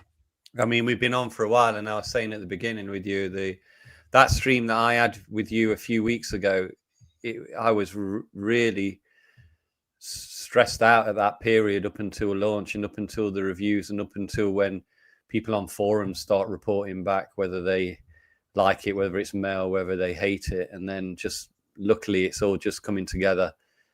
So I'm in a really good mood. That's why I'm enjoying tonight. Yeah, this one's a lot different time than last time. Yeah, so different, dude. But to be fair and to your credit, you didn't seem like you were all stressed out. So you handle it well. I mean, I'm sure it's your job, but you definitely handle it well. On camera anyway. Not behind the scenes. Behind the scenes. Cyrus had the first ever multi-sprint stream on his show, I think. There was everyone has their streams out. I had to miss it, sadly, because we weren't here.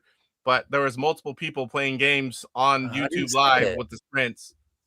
I check every day, multiple times, all the sprint streams, and I watch them all. So shame I missed it. Here's John, Gen X Grown Up again. 10 more. The big doc's back. Awesome. He's back. Thank you, John. Slappy, everyone's saying, "Oh, we're almost through here." Man, there's so many people and so many comments. It's hard. Forgive me, guys. Here goes John. We'll just call it an even 50 for new members. Oh, I have my work cut Ring out the for me bell. for tomorrow. Because everyone that's a member, I have to call them out. You know, it's the big thank you. That's what all the guys do, and I continue it. Someone get Ben a beer.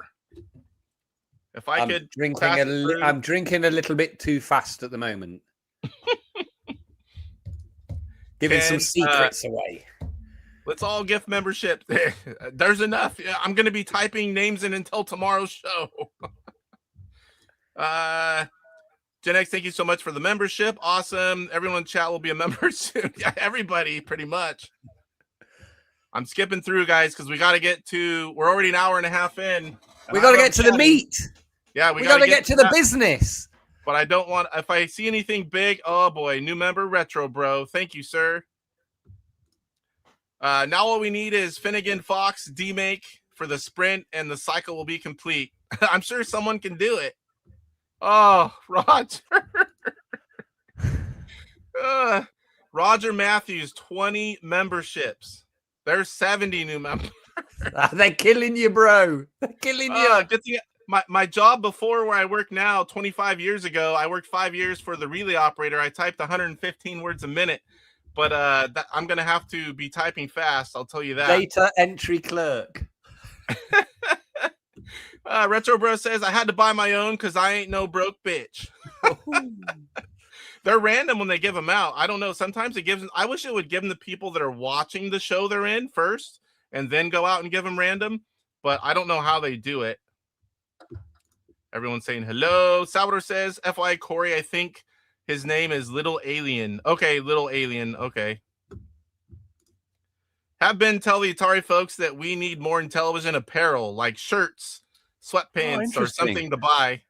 Interesting. But definitely a shirt. Yeah. I think everyone on here is now a member. I've been sending people to your channel if they have any sprint questions, Casey. I appreciate that, Mark. I am always glad to help people. All the people saying thank you for the new members. Some retro or what? Somerset Man 1871, new channel member on his own. Thank you for your membership. I appreciate that. It's all Casey's fault. Yep, I know that goes around just as much as Corey. I think I'll use a French tag to convert instructions to Klingon. John, Klingon. That's so good. Is there like an app for that? I don't even know. Yeah. Can you imagine popping it up? What the heck is this? Oh, beat me up. New member Blocky Dad on their own. Thank you. Appreciate that. Any respectable Klingon would be offended to have French chosen for them. Whoa, I didn't even know you could do that. You've got the last membership said gifted 20 members, but I only saw 8 new members. We're definitely not maxed out, but is Casey waiting to start stuff until he gets caught up in the chat? I don't think we'll get there. I'm going as fast as I can. I'm getting close. I can see it. I'm skipping anything that's not like Luke says, Intelligent Collector supporting Sprint 100%. All digital files moving forward have all Sprint files included.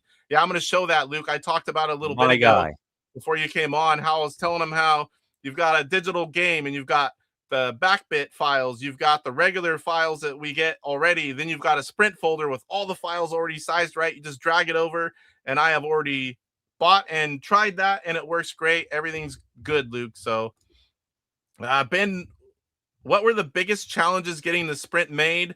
What was something surprising about the Sprint? That's a good one.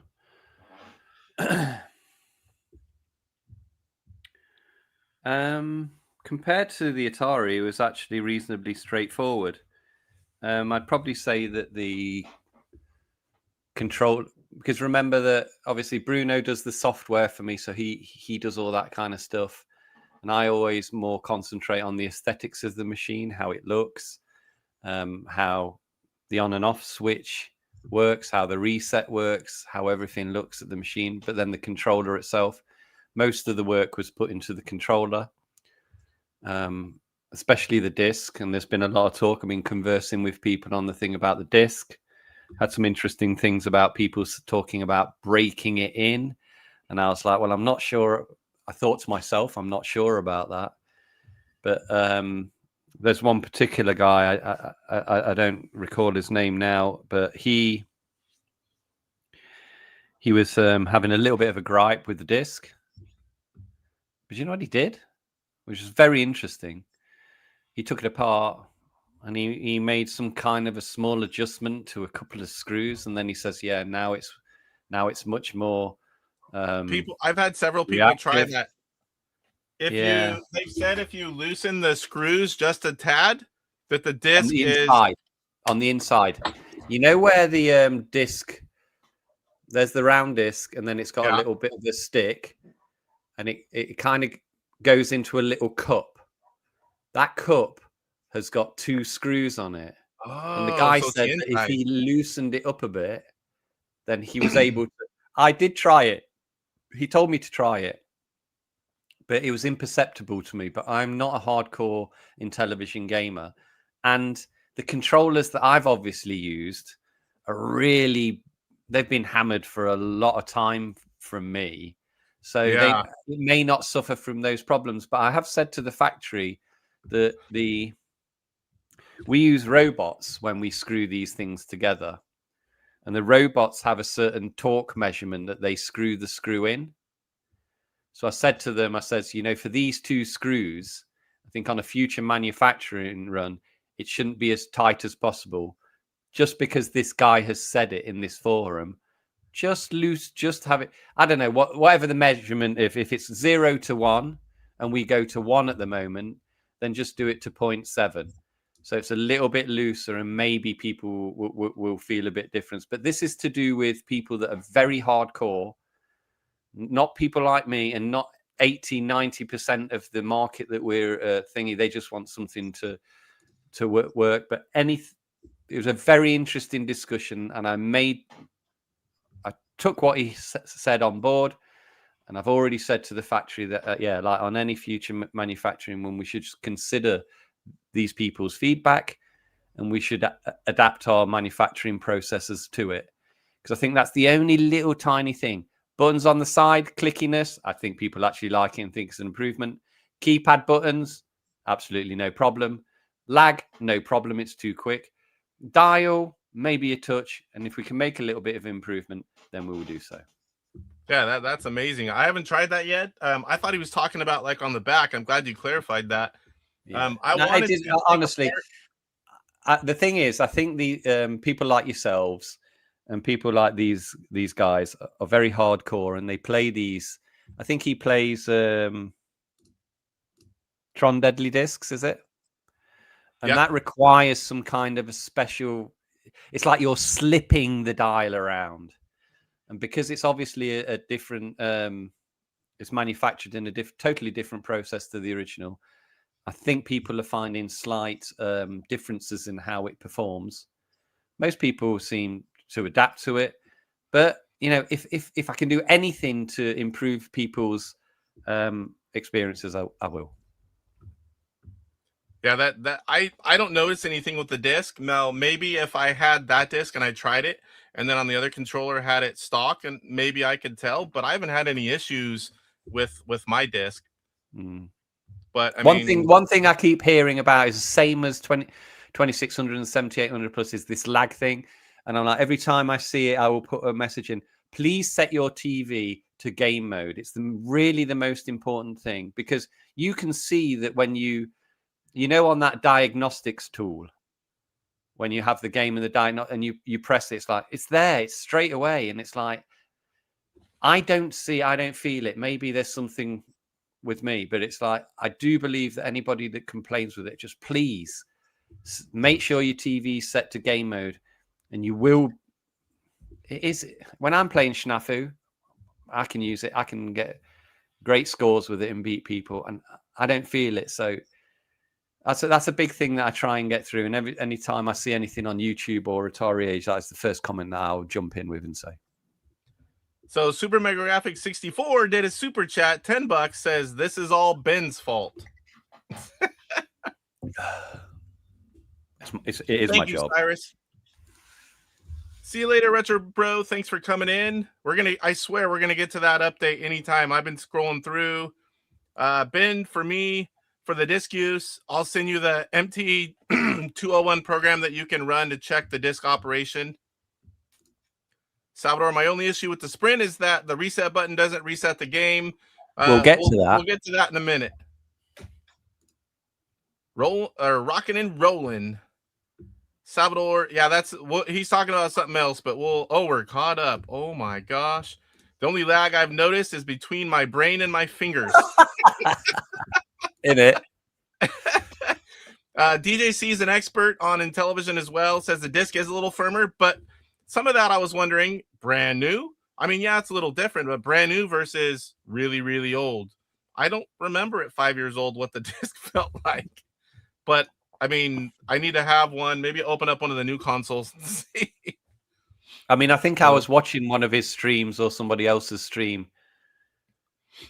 and like I could tell the way that they were controlling this game. It was like I did think to myself, this is not an issue, because there was the fidelity of his movements. I'm sure it was DJC. I was like, the way that he's playing this game is like he's got total control over this game.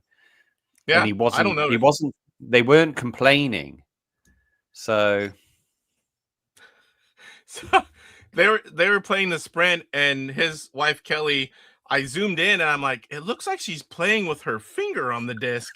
And that's what he's saying right here. He's like, Kelly said maybe if people need to use their index finger on the disc. I'm like, no. Nah, gee. Well, he's all, I didn't notice until afterwards when I was editing that she was using her finger. That was her first time ever playing Intellivision, I believe it was. All right, so we're going to get talking about the new update and the things that have been added. Do we just kind of want to go down in order and then I can show them off? Yeah, I think the thing I wanted to speak to you beforehand is to maybe want to I'll release it as the. Did we speak about this earlier before the stream or during the stream where I said that I might release it tonight or tomorrow? You said it on the stream. As a like a beta to the AtariAge people, and let's see how it goes. Because although I've done a lot and Bruno's done a lot, a few other people have done a lot. You know, when it goes out to multiple people, it's obviously people will see more things. So I think maybe tonight, but probably tomorrow, I'll release what you're going to show now on the AtariAge Sprint threads forum, and then people can just give us some feedback. But let's go for it. Let's go for the first probably half decent update. All right. So the first one on the new one is going to be being able to swap color palettes.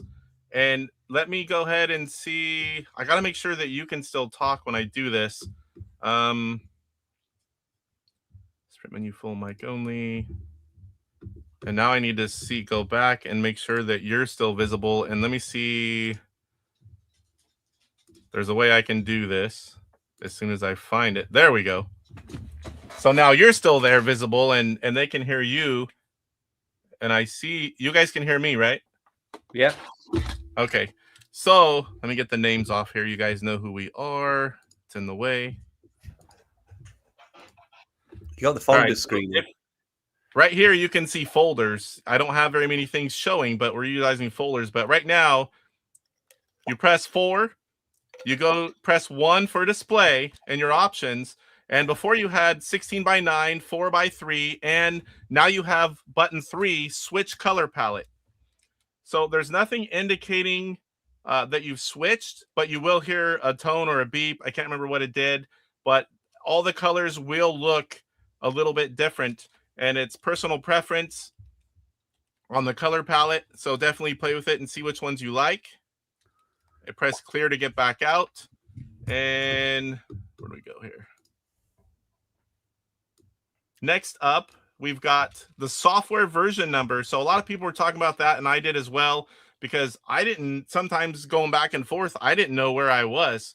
So there is a software version number. You can see when you first push number 4, and you're in the options menu, the main one, you see in the lower right, you're going to see V1.1 alpha. So you'll be able to tell which version of the software you have. And that's definitely helps whenever you're doing multiple updates like I've been doing. Number 3, publisher and player information added to the description. Now, originally it didn't say, like a lot of the Intellivision games, as we know, especially the sports games, it's literally 2 players only. Some games are 1 player only, of course, and some are 1 or 2. But there are some like baseball and other sports games, Sea Battle, that are only 2 players. And I said that's kind of pretty valuable information when you're scrolling through a bunch of games, especially if you're new to Intellivision. And if you're sitting there by yourself and you keep clicking on 2 player only games, you're going to get frustrated. So that has been implemented. And let me show you. So right now you see 1 player baseball in the lower or the mid left, and then right below the game title baseball, that one is from an older update. They all say Electronite. On the new one it says Mattel. I pulled some files the last minute to make this Mattel folder, and I pulled from the old ones, but that will say Mattel Electronics, I promise you, and it'll say 1981. So it says the year it came out and the publisher, and they're all correct on the update. Why don't you just pull the USB stick out and show the original 45? Oh yeah, that'll work. I just have to push a button. So there we go. Good idea. So there you see Mattel Electronics, 2 players only. So if it says 2 players, that means you have to have 2 players. It'll say 1 or 2 players like here. And you can see there's INTV Corp, Mattel Electronics. It has all the information. And for those of you that haven't seen it before, if you push favorites, you can push 1 star, 2 stars, or 3 stars, but you can also now push 0 and clear it. Like say you use 3 on games you're playing at the moment and you want to change them up, you have the option to do so. And you can also sort by favorites. So you can sort alphabetically, or you can sort by favorites. It'll put all your 3-star games together. I'm doing hand signals like anyone can see me. It'll put all your 3 stars, your 2 stars, your 1 stars, and then every game that you have not favorited to a certain level. I have mine alphabetically at the moment. So the descriptions are really top notch at the moment. You can see scrolling through 1 or 2. Let's go to skiing just because it's one that's different. Did I pass it?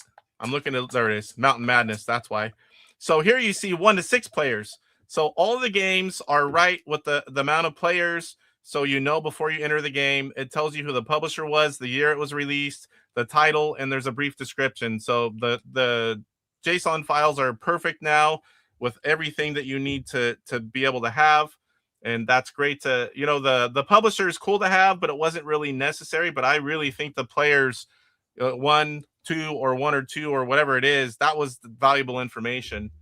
Why don't you boot up baseball and we can see the differences in the color palette? Color? Okay, let's do that. Hey, let's do this way. My USB stick is on purpose not to have a ton of stuff so we can move around.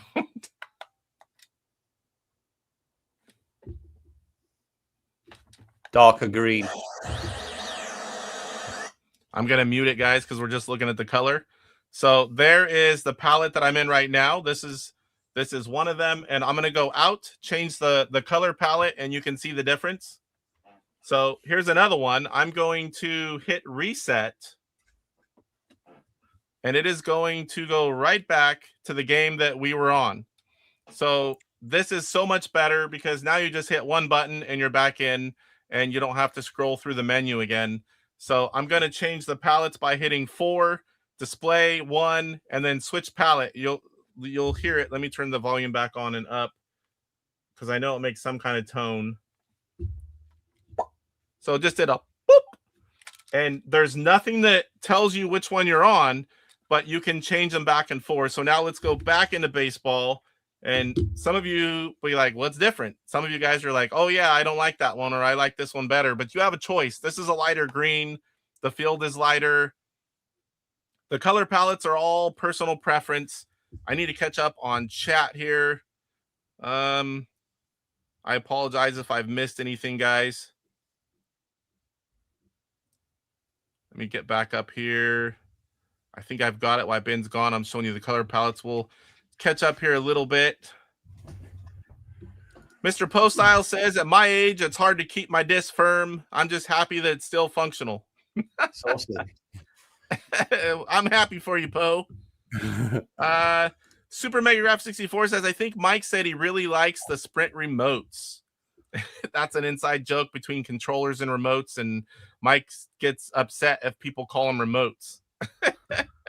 Throw it on AtariAge and I'll give it a go, says John. Let's do it. Still waiting for mine here in Canada. Folders, yes, we'll get the folders here in a second. What about flipping the color palette back? I'm going to do that right now. I was waiting for you to get back.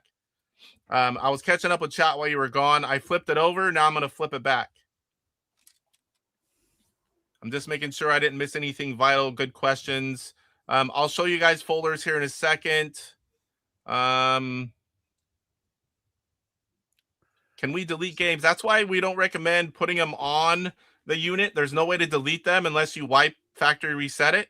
But on a USB stick, you have total control. You can move files around, edit them, delete them, add more. It's super easy. It's the way I do it, unless I'm testing to tell people if something works. I may have missed something. He's going to put the update on AtariAge soon, so you guys will be able to get it. New FW coming soon. Alpha coming to AtariAge in the next day or so. All right, so I'm caught up. So now, 100% bad saying the Sprint was just another flash. But yeah, the Sprint is so much more. DJC says, I noticed in horse racing the color of blue is purple. Play it. Now let's do that one. So let me go back. I'm going to hit reset, and you'll, like you said, if you didn't notice, it's going to go right back to baseball, which is the game I was on. So I need to clear out. I'm going to turn off my USB stick and go off the carousel, because what I have is just set up for the stream. We're going to find horse racing, and I'll show you the two there. Also, bowling. DJC was saying that pinks should have been purple. See that there? Yeah. What am I?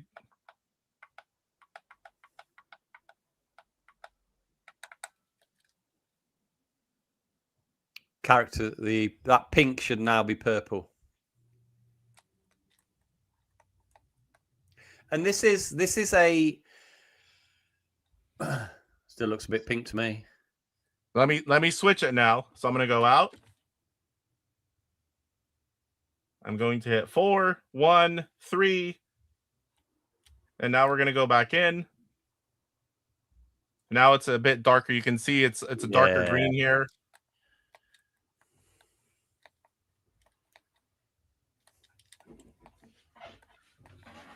And there you go. That looks right to me for bowling. Well, the one thing that you haven't spoken about is that that palette swap.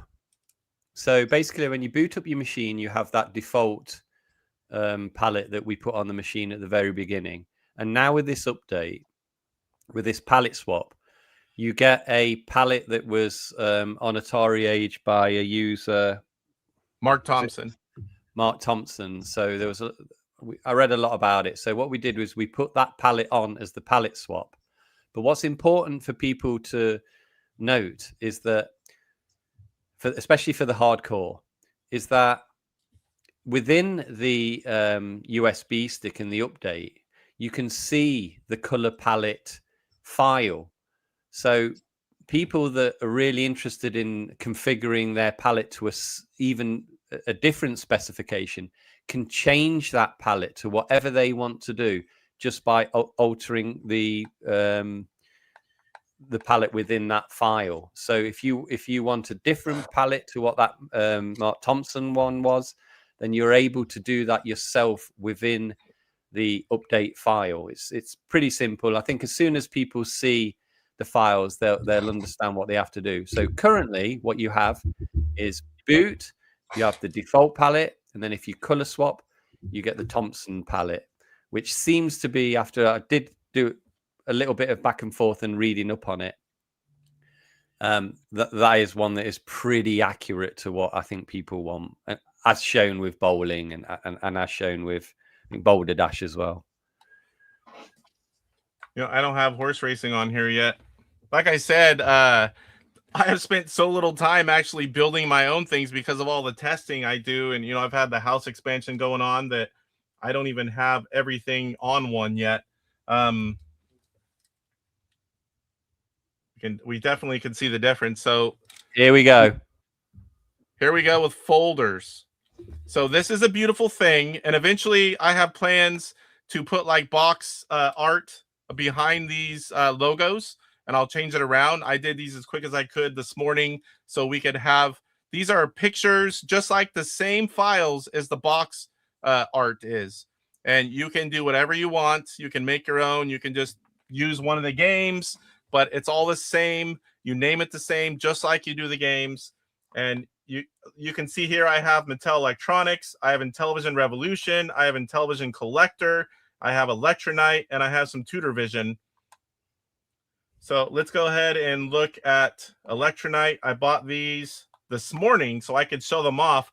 These are some of the new releases from Electronite. We've got Phoenix available, we've got Police Avenue Redux available, Mr. Do's available, and I had already purchased AF and Teledragons and Two Swords. So when you go into the folder, like we have Electronite games, if you wish to organize them that way, you just see whatever you put in there, and you can scroll through, and there's not a million files, and you can see that. I'll show you. I'll load one up here, and there you go. And nice. If I hit reset, it's going to go right back to Phoenix. And if I want to go back out, I hit the clear button. The clear button takes you out a level. I haven't tried multiple levels. Does that work? Yes. Okay, cool. So I was going to ask that before I said anything and I forgot. So you can do multiple levels. Like say you wanted Electronite and then you wanted, their go by year or something. You could organize these however you want. You can have folders in folders. Huh?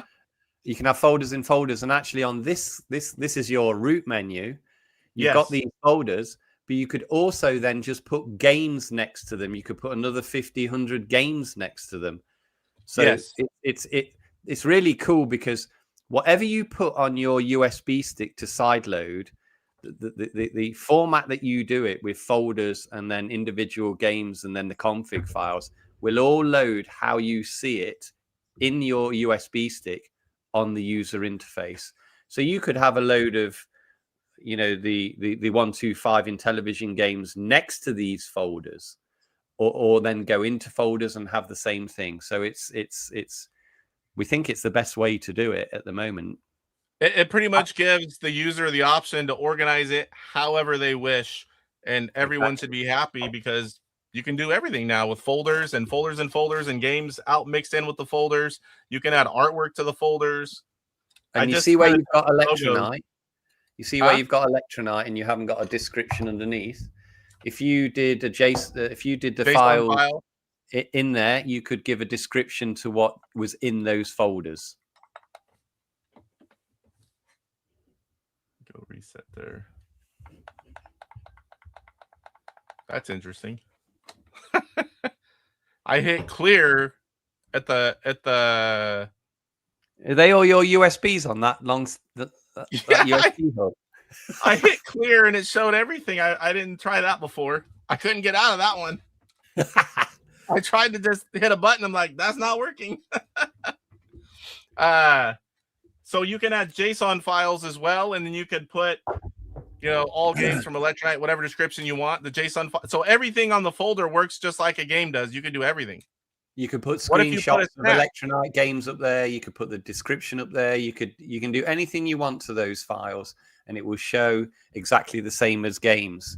So I thought that was the best thing to do, because you might want a selection of your favorite games, your favorite 10 or 15 games, and then have folders on that same carousel. Just makes sense. So here's something that I'm dealing with. It's so weird the way some people don't get the underscore icons. I get them. The only reason I don't have them here is because it's just folders. If you see, once I go in to Electronite, I have them here. I haven't figured out why. I literally can take a ROM only, put it on there, and it'll make that file. I don't know why yet. Are you doing it on an Apple Mac? A Mac. Yeah, I wonder if it's adding some sort of files, because when I do it, I don't get those additional files. But this is a little thing that we've got to sort out. But it's, So I mean, just I have PC and Mac. I will try that on the laptop today and let you know. I'm literally taking the files and just copying them over, and that's it. Like the same files, even if I do the ones that come preloaded and I put them on a USB stick, I get those files. So very well could be the Mac. And I know some yeah, people don't get them and some people do. I bet you it's the Mac. Yeah. Anyway, we're going to sort that stuff out. The key thing is here, we're delivering functionality that people wanted from launch, that people have been getting, and we're delivering it within 2 weeks. And we're going to carry on delivering these kind of functionality and just give people a well-rounded Intellivision experience that people can just enjoy and play their games in the way that they want to. There is, I think, a couple of other points to the update. So you've shown color palette swap, software version number, publisher and player numbers in the descriptions, the ability to add folders.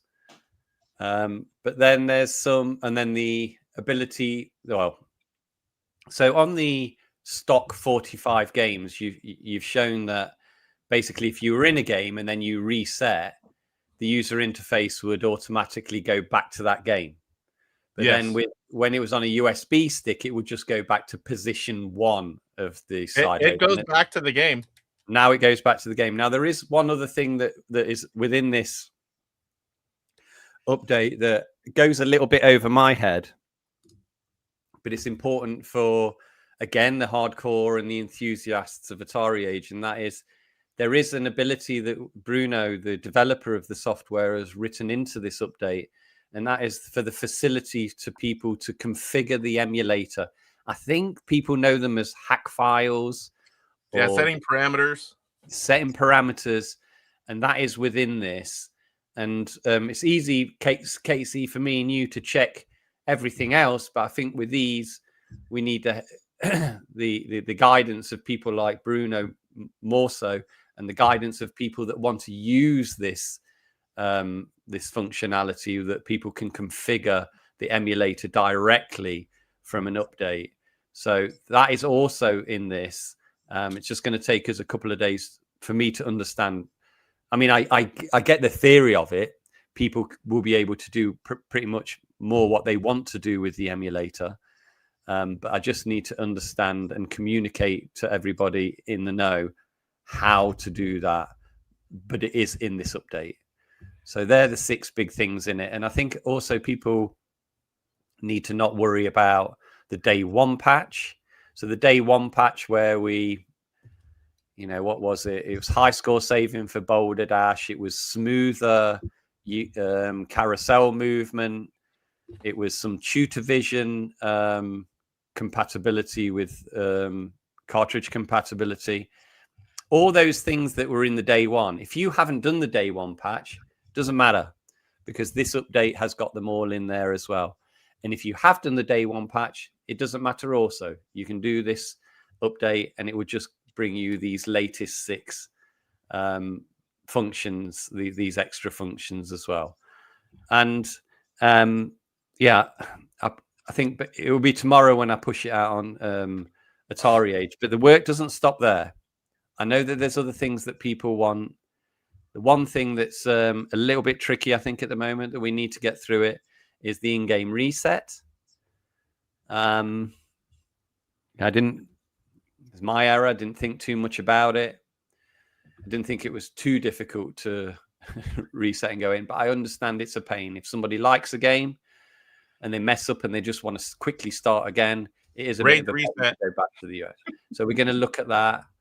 There's other things like, I think there's like hotkeys to pause and hotkeys to exactly that. Hotkeys to reset in game. So we're going to look into that also. I think additionally, there's controlling ECS games.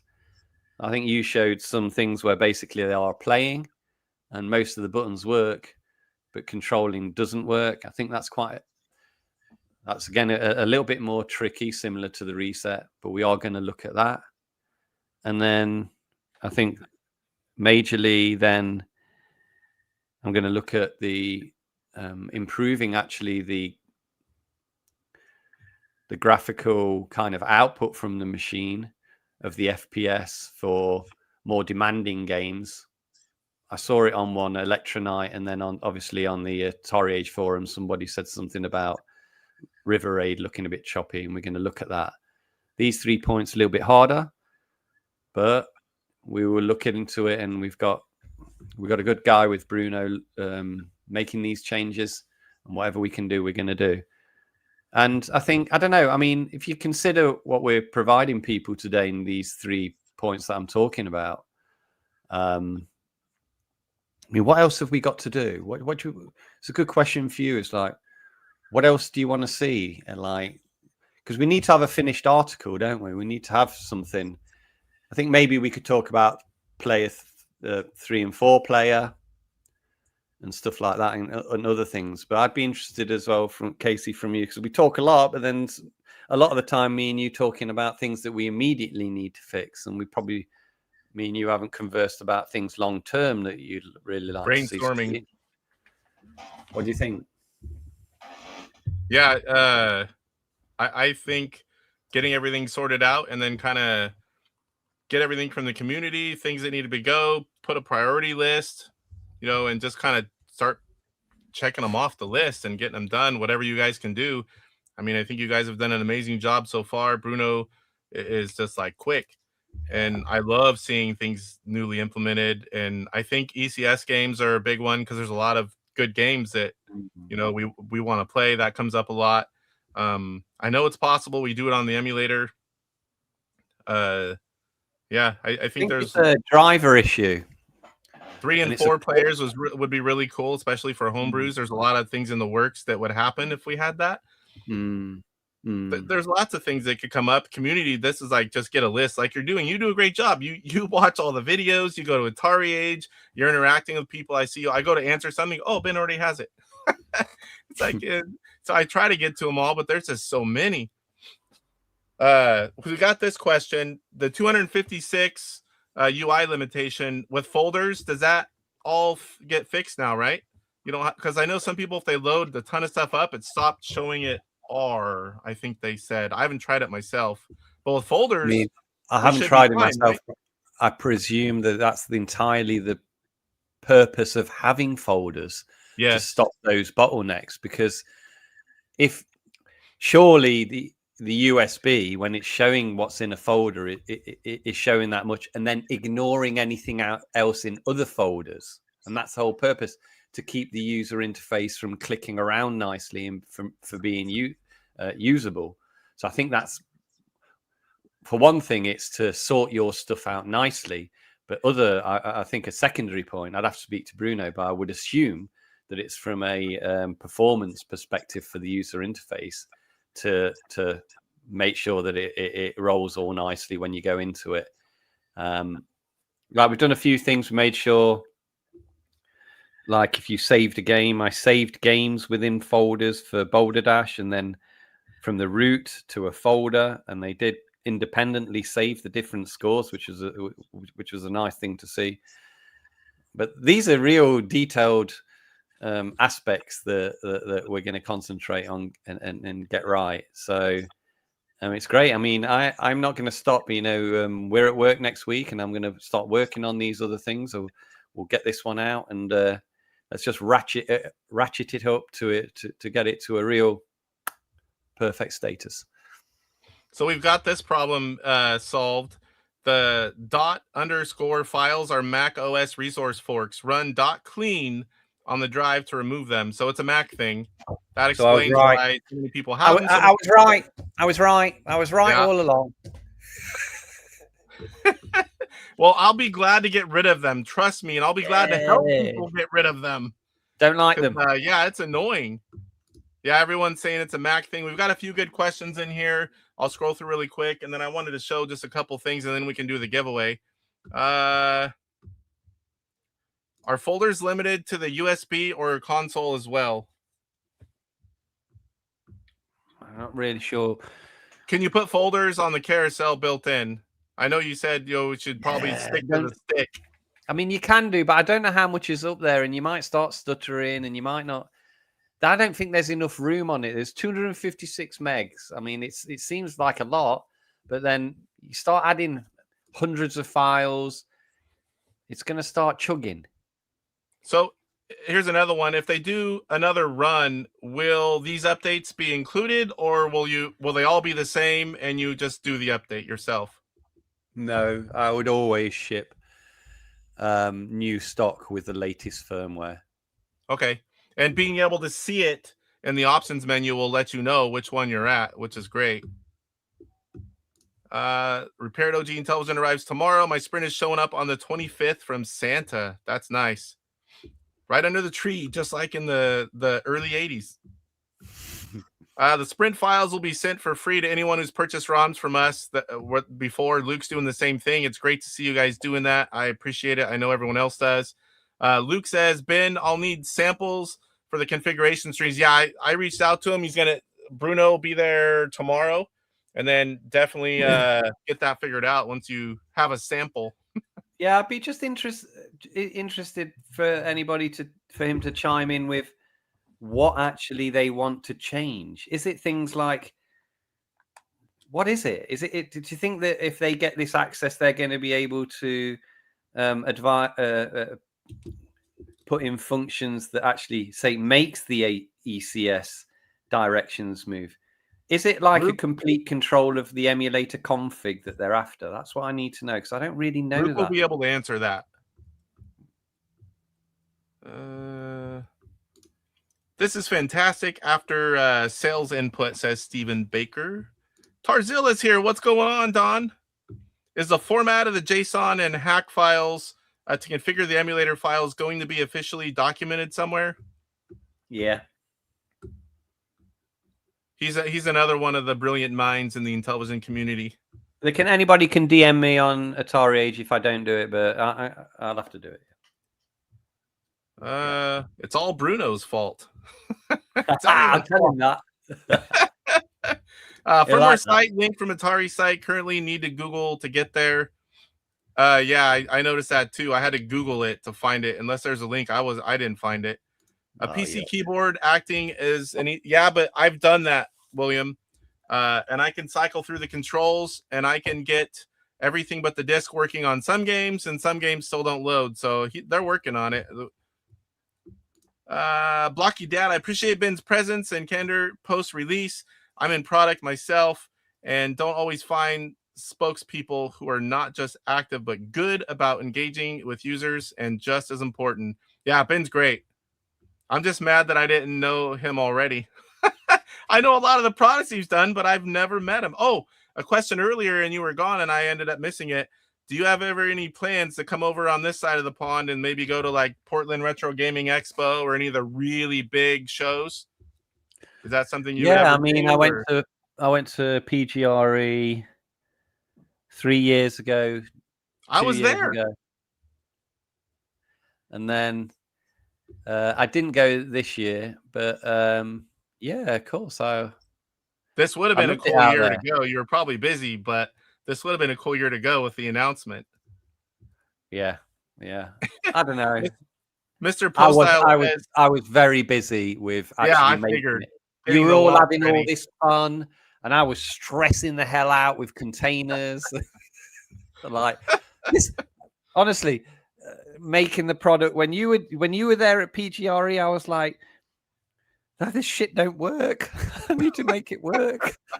Like these guys are good. But in the end, we were lucky enough to ship it all, and it was fine. Tarzilla says, I have a 4-player game in progress that doesn't require the ECS, but works with the adapter that I can send to Ben. That's the same guy as earlier, one of the guys that does a lot of technical stuff. Sweet. AtariAge has an ideas channel. It would be awesome to have a website that shows people's ideas and which ones Plaion are doing. Greatest transparency for the users. Retro Creep. All this talk of software updates and such has me terrified to own one. I'm so software. It's so easy. It's No, so it's easy, easy. Chris. It's like really, you put the update.zip on a USB stick, you plug it in, turn it on, it does it, and it goes to the menu right after. That is simple. I can't see it being any easier. No, and mean- if he gets into, honestly, if people like that, respected people of the community, I've done it a lot for the Atari 2600 and 7800 plus. If anyone really gets into problems, I've many times, dozens of times, I say, I'm going to arrange a courier. I'll get your machine picked up. I'm going to update it. I'm going to fix it. I'm going to do whatever it takes to get it fixed, send it back. Bosh. So if people shouldn't have a worry about updating their Intellivisions at all.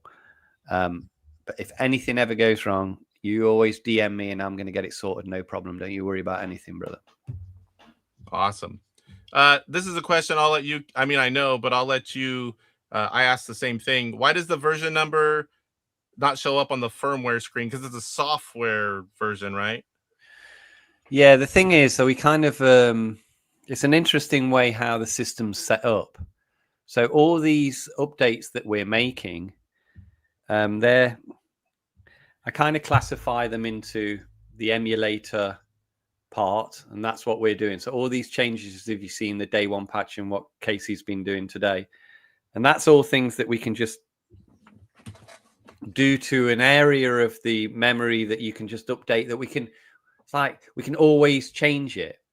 Now, for what you see when you boot up the screen and you see that 1.0, that really relates more to the core firmware of the machine itself. So the Linux, the drivers for the controllers themselves, and core things to do with it. And we did that really on purpose, so that the machine would always be stable and that everything that people play with, the user interface and the emulator, we can just do what we want with these updates that you're seeing at the moment. And that's a little bit different to that core area. And that's why we introduced this little software version number in options to show you what's really the software. We're not expecting really to make any changes to that core Linux base, the drivers and everything. So I think in future, when I make a new manufacturing run and you boot it up, you probably see that 1.0 in that right hand corner. But then when you go into the user interface and go to the options menu, you will see 1.1 or 1.2 alpha. No, you wouldn't see alpha or beta because we need to make it final. But so there's a slight difference in it, and that's the way it's been designed. So it's basically always basically designed to be stable, and for if anything goes wrong, you can do that wipe all to the software. So you can basically do whatever you want. And when we've talked about piling as much information and data to the flash memory via the update, and I'm like, don't do it. Try and do it through the sideload USB key version. I'm not too concerned, because even if you blow up the flash memory with the update, you can always wipe all, because you can take a certain file from that area and put your machine back to factory reset conditions, and then just start your journey again. And I think, Casey, you've done that a couple of times. Yes. Sometimes it's needed when you're playing around constantly. Luke says, Ben, I can send you all the list of all the flags that the JZINTV can accomplish with manual inputs. And then Dawn says, Ben, run JZINTV-H on a PC on the command line to see all the emulator options. Not all would be needed or should be allowed, but the EMU options is there. Yeah, I get it. And DJC says, let's do bowling for beers. DJC game. Who's in? I'm in. Mark says, thank you for the explanation on the version numbers. Been extremely interesting. Nice shirt, Casey. Great stream, gents. Tofu's asking about can the USB appear in the main carousel, not auto jump into it? Clear button could be a way back to the main carousel. I don't. No, not at the minute. I thought about that today, but it's not too much of an effort to pull your USB stick out. Yeah, it's pretty easy. However, I kind of get it. I kind of get what you're saying, but then we're going to have an altered state of USB inserted, ignore, not ignore. I'll have a think about it. It's interesting because the 45, that when you pull it out, I just think it's a nice feeling when you pull it out and you go, "All right, we're all okay. We're back to the 45," and then you can push it back in. But I understand not having to do that would be nice. All right, so I want to show a couple of things real quick, and then we can do the giveaways. So I talked about the new games from Electronite. They are just as of today. I got them hot off the presses. Phoenix, Police Avenue Redux, Mr. Do, and A Tale of Dragons and Swords. And then AF was one I had. And then from Intellivision Collector, a brand new one you have, Montezuma's Revenge. This is a top-notch game. Operation Cloudfire is very similar. It's an older one now, but it's one of my favorites. These are available and many others at intellivisioncollector.com. And I just realized I left that up there with the comments. All these Electronite games, you see the email on the screen for Phoenix, all these digital packages already ready for the sprint. You just email electronite@hotmail.com, and those will get you going there. And we have Digital Revolution, which is working hard on all of theirs as well. And I'll definitely have that information once it's available, and we'll talk about that. Is there anything else on the screen or on the game menu that we want to talk about before we do the giveaway? I think we covered all of it that we can show. No, it's all good. And you get rid of your Mac files. Yeah, I'll be doing that. Trust me. And I hate those files. And let me work on it. Let me get some other things, and let's continue the journey. Yeah. So now, once I figure out how to do that, Torque, please send me a message, because I mean, I read that. I don't really know how to do it, but once you show me, I can help anyone else who brings that up, because I see lots of people bring that up. Now we know everyone who has a Mac. All right, so now it's going to be the fun time. The moment everybody's been waiting 3 hours for. Yes. What are we going to do here, Ben?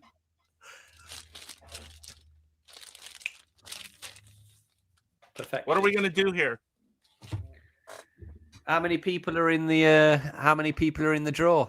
There's still 83 people in here. So basically, it's going to take a bit to type everyone's name. I mean, I type fast, but we can chat a little bit. What do you want me to do? Dance? Huh? What do you want me to do? Dance?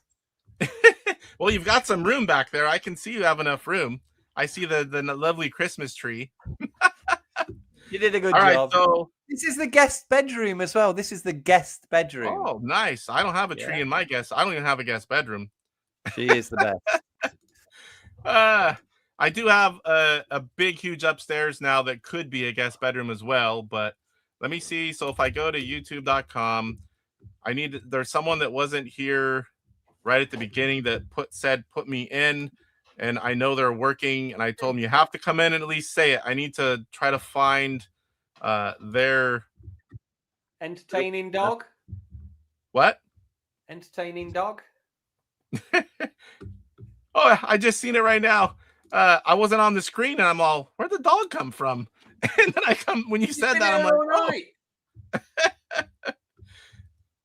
Casey's in yeah, that's true. The game room is big. The game room's like 400 and something square feet. I could sleep up here. I wouldn't mind getting banished by the wife to this room. I know. All right, so let me scroll back up. I don't even know if I can. I'm gonna feel bad if I don't know how to see all the chat, live chat. Yeah, I can't go back. I feel so horrible now. There's no way I can do it. All right, guys, here we're gonna do it. Hey, Casey. Yeah. Don't mess it up. I won't mess it up. I just might piss someone off. Let me see here real quick. Casey's guest bedroom. Yeah, do it nice and tell a dog. I turned my guest room into a studio, Ben. Just become a full-time creator, and you're halfway there. You have the room. I don't think there's enough money in it. Well, maybe like Gen X grown up, but Running Man Dog, what long chat? Yeah, long chat. I can't scroll back up. I'm gonna feel so bad because I told him to you know what? I can enter him in. Give me 1 sec, guys. I'll feel horrible if I don't, because he did send me a message. Where is it? Nick Alessandro. So let me put him in. So I've got it set up here. I'm gonna put a comment now. Try not to comment, guys, because it's gonna be hard to catch all these. So everyone pause for the normal comments. If you want to win a sprint, comment below my comment. I want to win a sprint console. So try not to comment for a few minutes, guys, because this is gonna take a while. All right, just enter your name, whatever it says on here. Like, don't put your real name, put whatever your YouTube name is. No alt accounts, please. Go ahead and just post if you're entering in, and I will start entering in the names as I see them. And let me move over to this. You're gonna see them going on here. Let me get back. Okay, Mark Bear. Oh, come on. Oh my gosh, this is going faster than even I can type. Choose me. That just went up big time.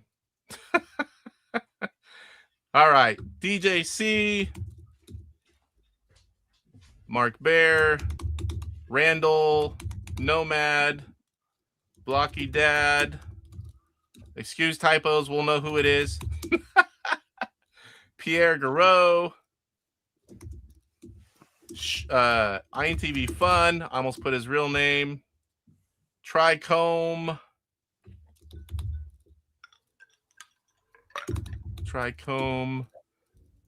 Torque.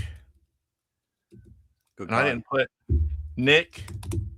Almost the person that I went off looking, and I got over there, and I almost didn't put his name. You know what you could do? You could play some Intellivision tunes during this little interlude.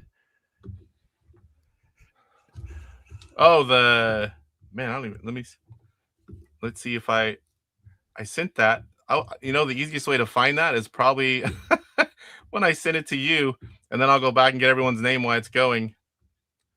Where is that? We have so many pages of chat. I'll get everyone's name, guys. Just give me a minute. We'll turn on an iconic song, and then I'll get all the names in. I know it's going to take a little bit, but there's a ton of you here, and I appreciate everyone being here. My gosh. You've bitten off more than you can chew. Well, normally there's like 25 to 40 people tops, and now there's just a ton of people in here. Everyone wants one of those sprints, but I want to scroll, like you said, turn on some music and now dance. let me see. Back up by the Christmas tree. Let me see if I got a music here. I think I have it here. Media, previous libraries, and television. Where are we? No, compilations and television rocks. That wasn't it. My Intellivision, where are you? I see I'm in here now.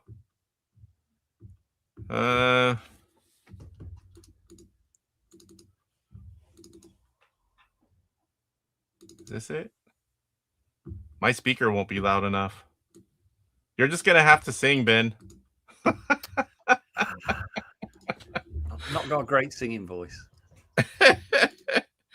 All right, let me get back in here. I got to scroll. I can't. I'm using a computer speaker for my speakers, so that won't even show up. If I was gonna do that, I would have that ready, but that's not gonna work at the moment. Uh-oh, where are we at here? There we go. All right, now we can see everyone. Here we go. You're a fast typer though, right? Yeah. If I skip anyone, guys, I'll give you a few minutes. Don't blame me. I'm trying my best. Retro Creep. You watch me doing it. You can see it on screen. If I miss you, PT Rush. And then we'll see. Hopefully there's no... If anyone's double, they get deleted. Jeremiah. I wish there was a fast way to do this.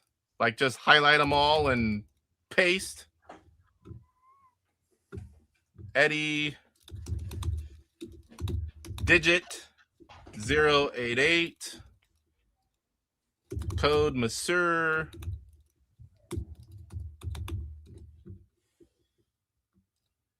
Tim Clow. Retro Pete. Major Stark.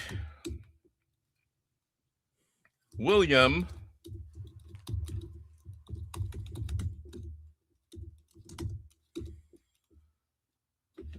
Roger Matthews. Mr. Poststyle. I'm going to spell your name wrong, Roger, but you're going to have to deal with it. Poststyle. 1375. Stick Boy. Phil Sand 69. H. Breen 04. Dome 2NY. Luke. The Intelligent Collector. Tony D'Alfonso.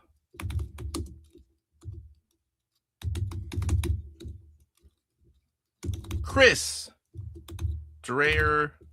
I don't even know how. I've never said your last name. I call him Lathe 26. You're gonna have to tell me how to even say your last name. Mike OS.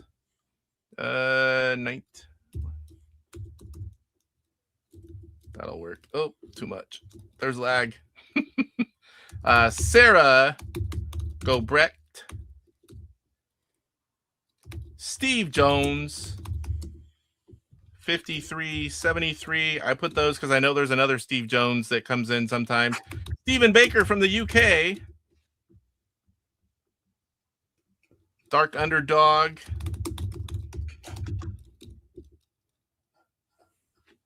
I'm in the... I think I have you in here, Pierre. Pierre G, you are in there. Daily Vinyl. Scotty. Z70. Go Game Go, Jeffrey. Inti Michael.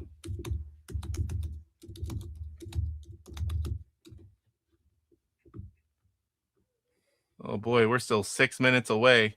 Steve, and I'll throw this over in Excel really quick and do a sort by name, and then I can make sure there's no doubles. Steve.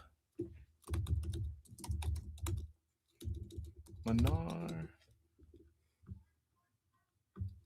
Piagro. Light Up Cat. I need to be so Dak.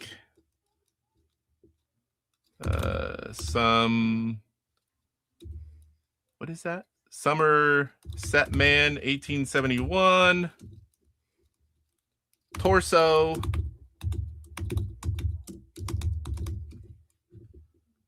I've never done a giveaway with this many people. Doug. Andy. If there's typos, it'll still work, guys. Sorry. 4414. Ted M. Green. Sarah. Sarah's already in there. Only put your name once, guys. There it is. I'm getting to everybody. Giving the people what they want. I'm going to double check the doubles.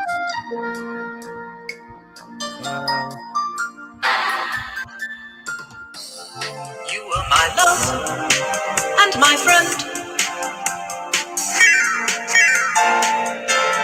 I thought the game would never end. Welcome. You tore out my heart without a speech. Behavior that's hard to Retro defend. Bean. How could you put me in this Cannibal. condition? Deepster. I really miss my in television. And now I'm 59. bleeding 40. from this decision. I really Randall want Nomad. in 35. television. Mike OS, I think I have you. I miss your control and demands. Main channel. Nothing to do That looks like a with my dude. hands. I won't leave my house. I'm in high. Only type it once, guys. I see the one. Star Paddler. I thought I got you in there. There's a little bit of a delay. And so I sit. I'll put it in there, but I'm pretty sure I did Star Paddler. I'm going to check for doubles at the end. Still going. Yeah, I know, and I'm still a lot of minutes behind. Some people are not seeing their name and typing it again. Four strings. Gonna skip this one. She's already got one. Obsidian contraption. Okay. Hashtag giveaway tool. Oh my gosh. Where is that? Someone's telling me there's a way to do hashtag giveaway tool, and it's easy. Oh well. I'm already almost all the way in. I guess I didn't know that was a thing. 4 string. Lil 4 lean. Kelly Huff. Steve Jones. I think I have you in there, but I'll do it.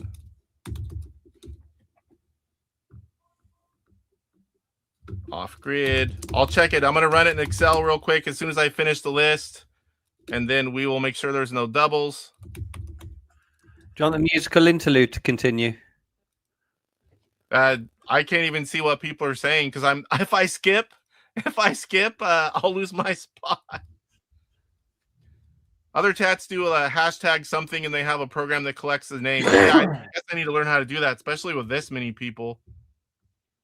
I've never had to do this before with this many people, so Salvatore,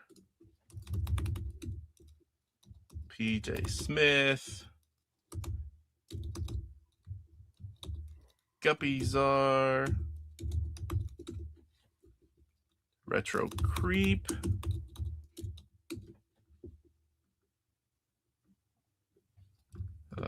Timothy, Fear,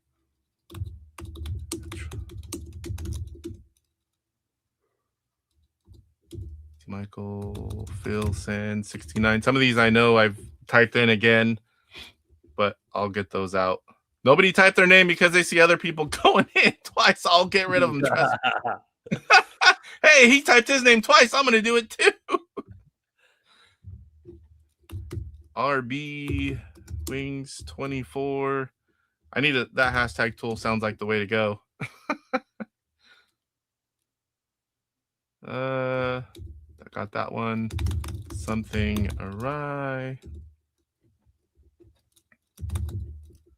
Mark Saxby.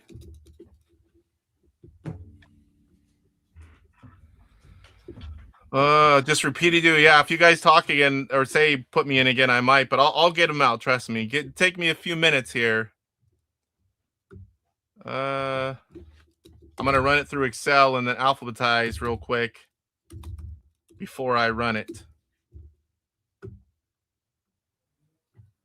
Yeah, I need to do that. I do giveaways now and then, but it's not a regular thing, so I didn't even know about that.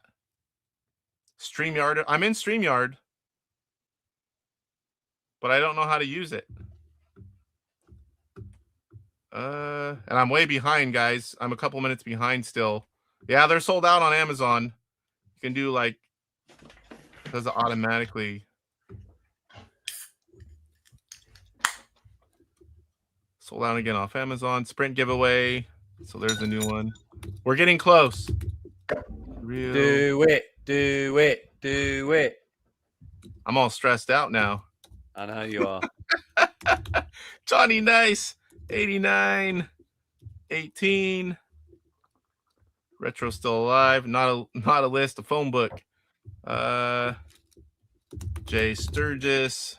My dad was a Sturgis. I know that's probably your last name or something, but my dad was a Sturgis from California all the way there. Several days, near 80 years old, rode his motorcycle all the way there. He won't stop. Eddie Pepper.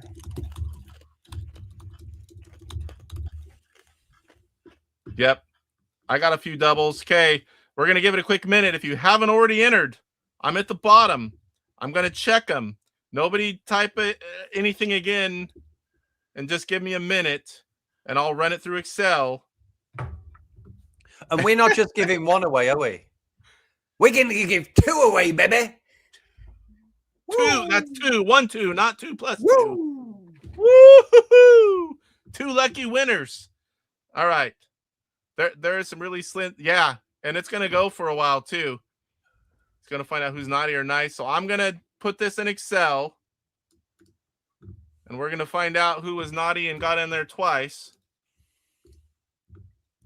They're disqualified. Not really. Not really. Not really. Some people were doing it on accident, not thinking that their name wasn't there. But yeah, don't do it on purpose. Please be fair. We're just having a bit of fun. Making it a fun stream, giving away some stuff. All right, so I'm clicking it all. I'm going to ABC order this. And then I'm going to look really quick to make sure there's no doubles. Guppy Czar is in there twice.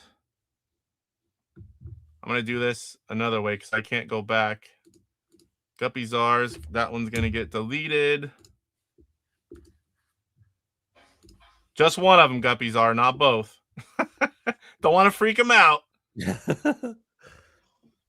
Okay, scrolling through. Mike OS had 2 in there. We're going to delete one of them.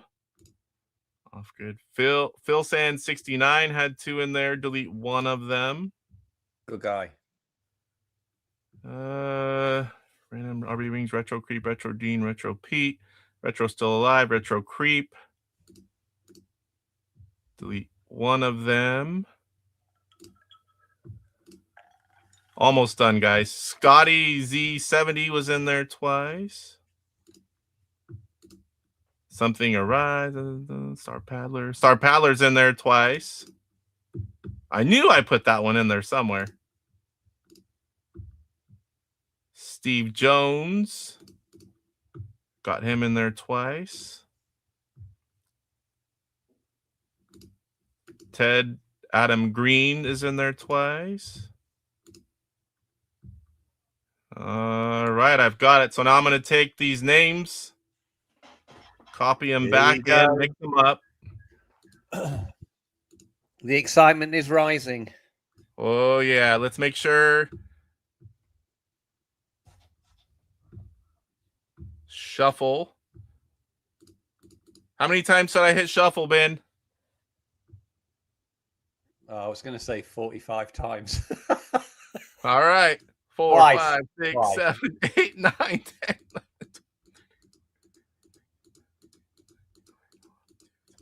Has anyone else commented?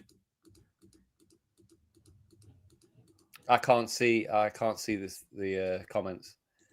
45. So we'll go back and make sure that no one. Did we miss anyone? Let me go back. Oh, been a ton of comments. Don't forget to add me, Mark Sachs.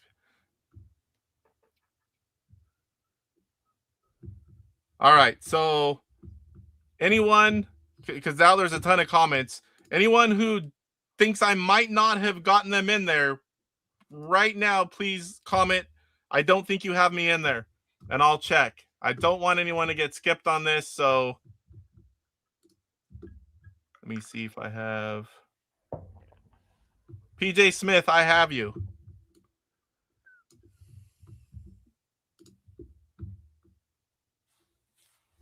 TJ, no, you are not in there. TJ, we'll do Max Society. 250 orange, yellow, exacta bet from sorry, wrong show. Saboteur. Anyone else?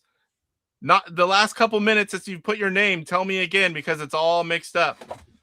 If you think I didn't add you, speak now or forever hold your peace, and I'll check and get you in if you're not. And then we're gonna give away 2 of these bad boys. Woo! Don't forget Chick. I got Chick in there. He's there. I've seen him. Yep. I even put his real name and not Chick, even though he calls me Corey all the time. Johnny says, y'all guys making television fun again. Been waiting years for an Intellivision with HDMI, with features and awesome community behind it like this. That's awesome to hear, Johnny. Yeah. Ben and his team have done a wonderful job. I'd like to buy a Val. Tick is in there. Oh, mama. No whammies, no stop. My wedge looks thinner. You have me. Main channel. Main channel 8845. Yes. All right. Going once. Come on. Twice. Woo! Woo-wee. Hype. Are we ready? We are ready. And television rules, says Retro still alive. We've shuffled it 45 times. We have 73 entries in here. Let's do this. One more. Cranable is in there. I believe Cranable's in there. Yes. All right. Let me type it just so it's official. Oh, too many menus. That took a while. All right, it's closed. Good luck. So one last thing. How many seconds do you want it to go for? It has to be it can't be a short one. No. Right now it's set at 30 seconds. Do we want it there? Do we want it longer? Nah, that's enough. Okay. Here we go, guys. Console sprint 1 of 2.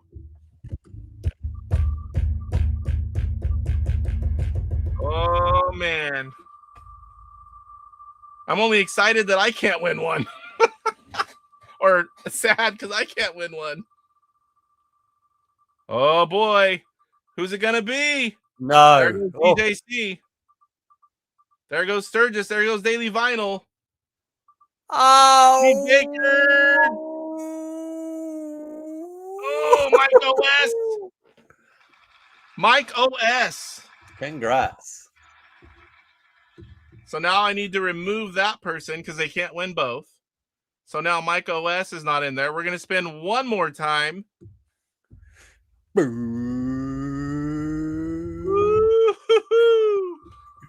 There are a lot of names. 73 on this one. 74 in the last one.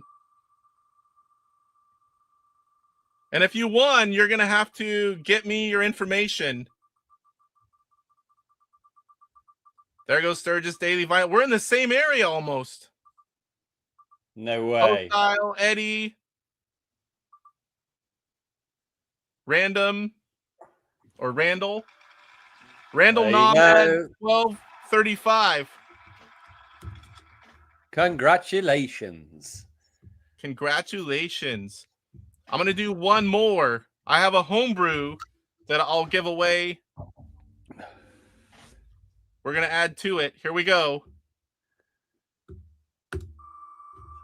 Brand new homebrew game. Then we're going to give away just a couple digital games.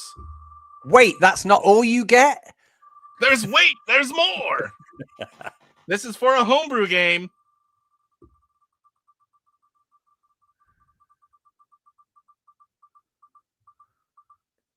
Oh, I gotta mix this up. It's towards the same part of the wheel again.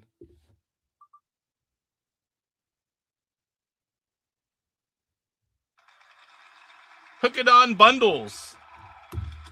That's for a homebrew. I'm gonna shuffle this every time now. Now I'm gonna give away. Now this is me giving it away, not the companies. We're gonna give away a digital game for your Sprint from Electronite, and I'll be paying for it. So here we go for that one.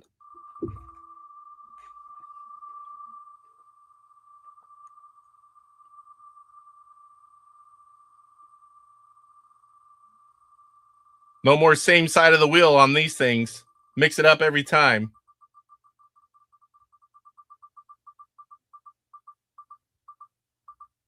There went INTV Fun. Salvatore and DJC. Oh, DJC! Oh! DJC wins an Electronite ROM package. Of all the new releases, just let me know. You have all my information. Let me know which one you want, and I'll pay for it and have William send it to you.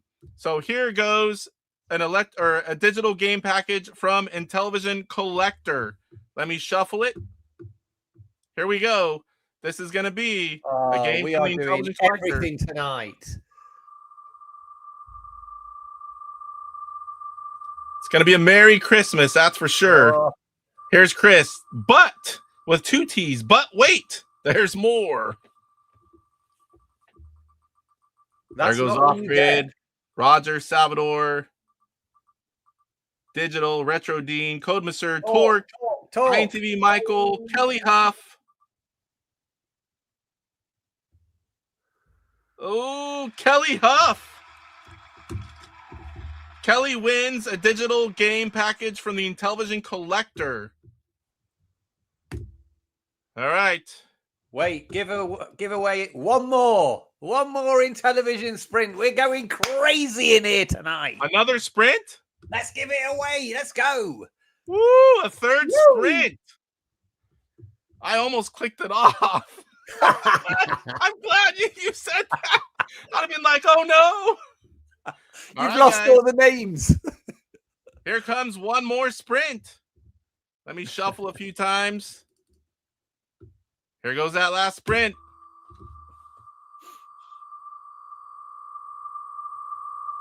I mix it up every time now, William.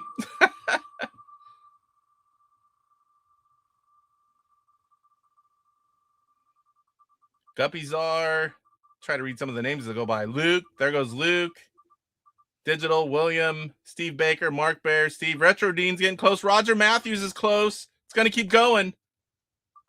Oh, the real cell block wins an Intellivision Sprint console. Number 3. All right, so since you did that, I'm going to give away one more ROM package for each, and then we'll call it good. I'm going to mix it up. This is for an Electronite ROM package. Hey, Casey, I'm making notes here. I have it on video, luckily. And I screenshot every winner. Good man. Electronite ROM package right here. Torque, Steve Jones, Retro Creep, William. Oh, that'd be funny he's if gonna William get won his own. He's going to. Oh, close. Retro Creep. Retro Creeper. Atari Creep. You win a digital package from Electronite. Reach out to me. Any of the winners, reach out to me. Give me your information. And then we got one more. Another one from Intellivision Collector. Ooh. Let me shuffle a few times. Last one, guys. Last one. Television Collector ROM package right here for your Sprint. Just in case I forget, no repeat winners. Getting down to the nitty-gritty here. Steve Jones, William. That's funny. Mixed it all up. Some of the same names right at the end. NT Michael, Cranable. Looks like Cranable. Cannonball it is. Cranable. You've just won a ROM package from the Intellivision Collector. All right, let me get back over here.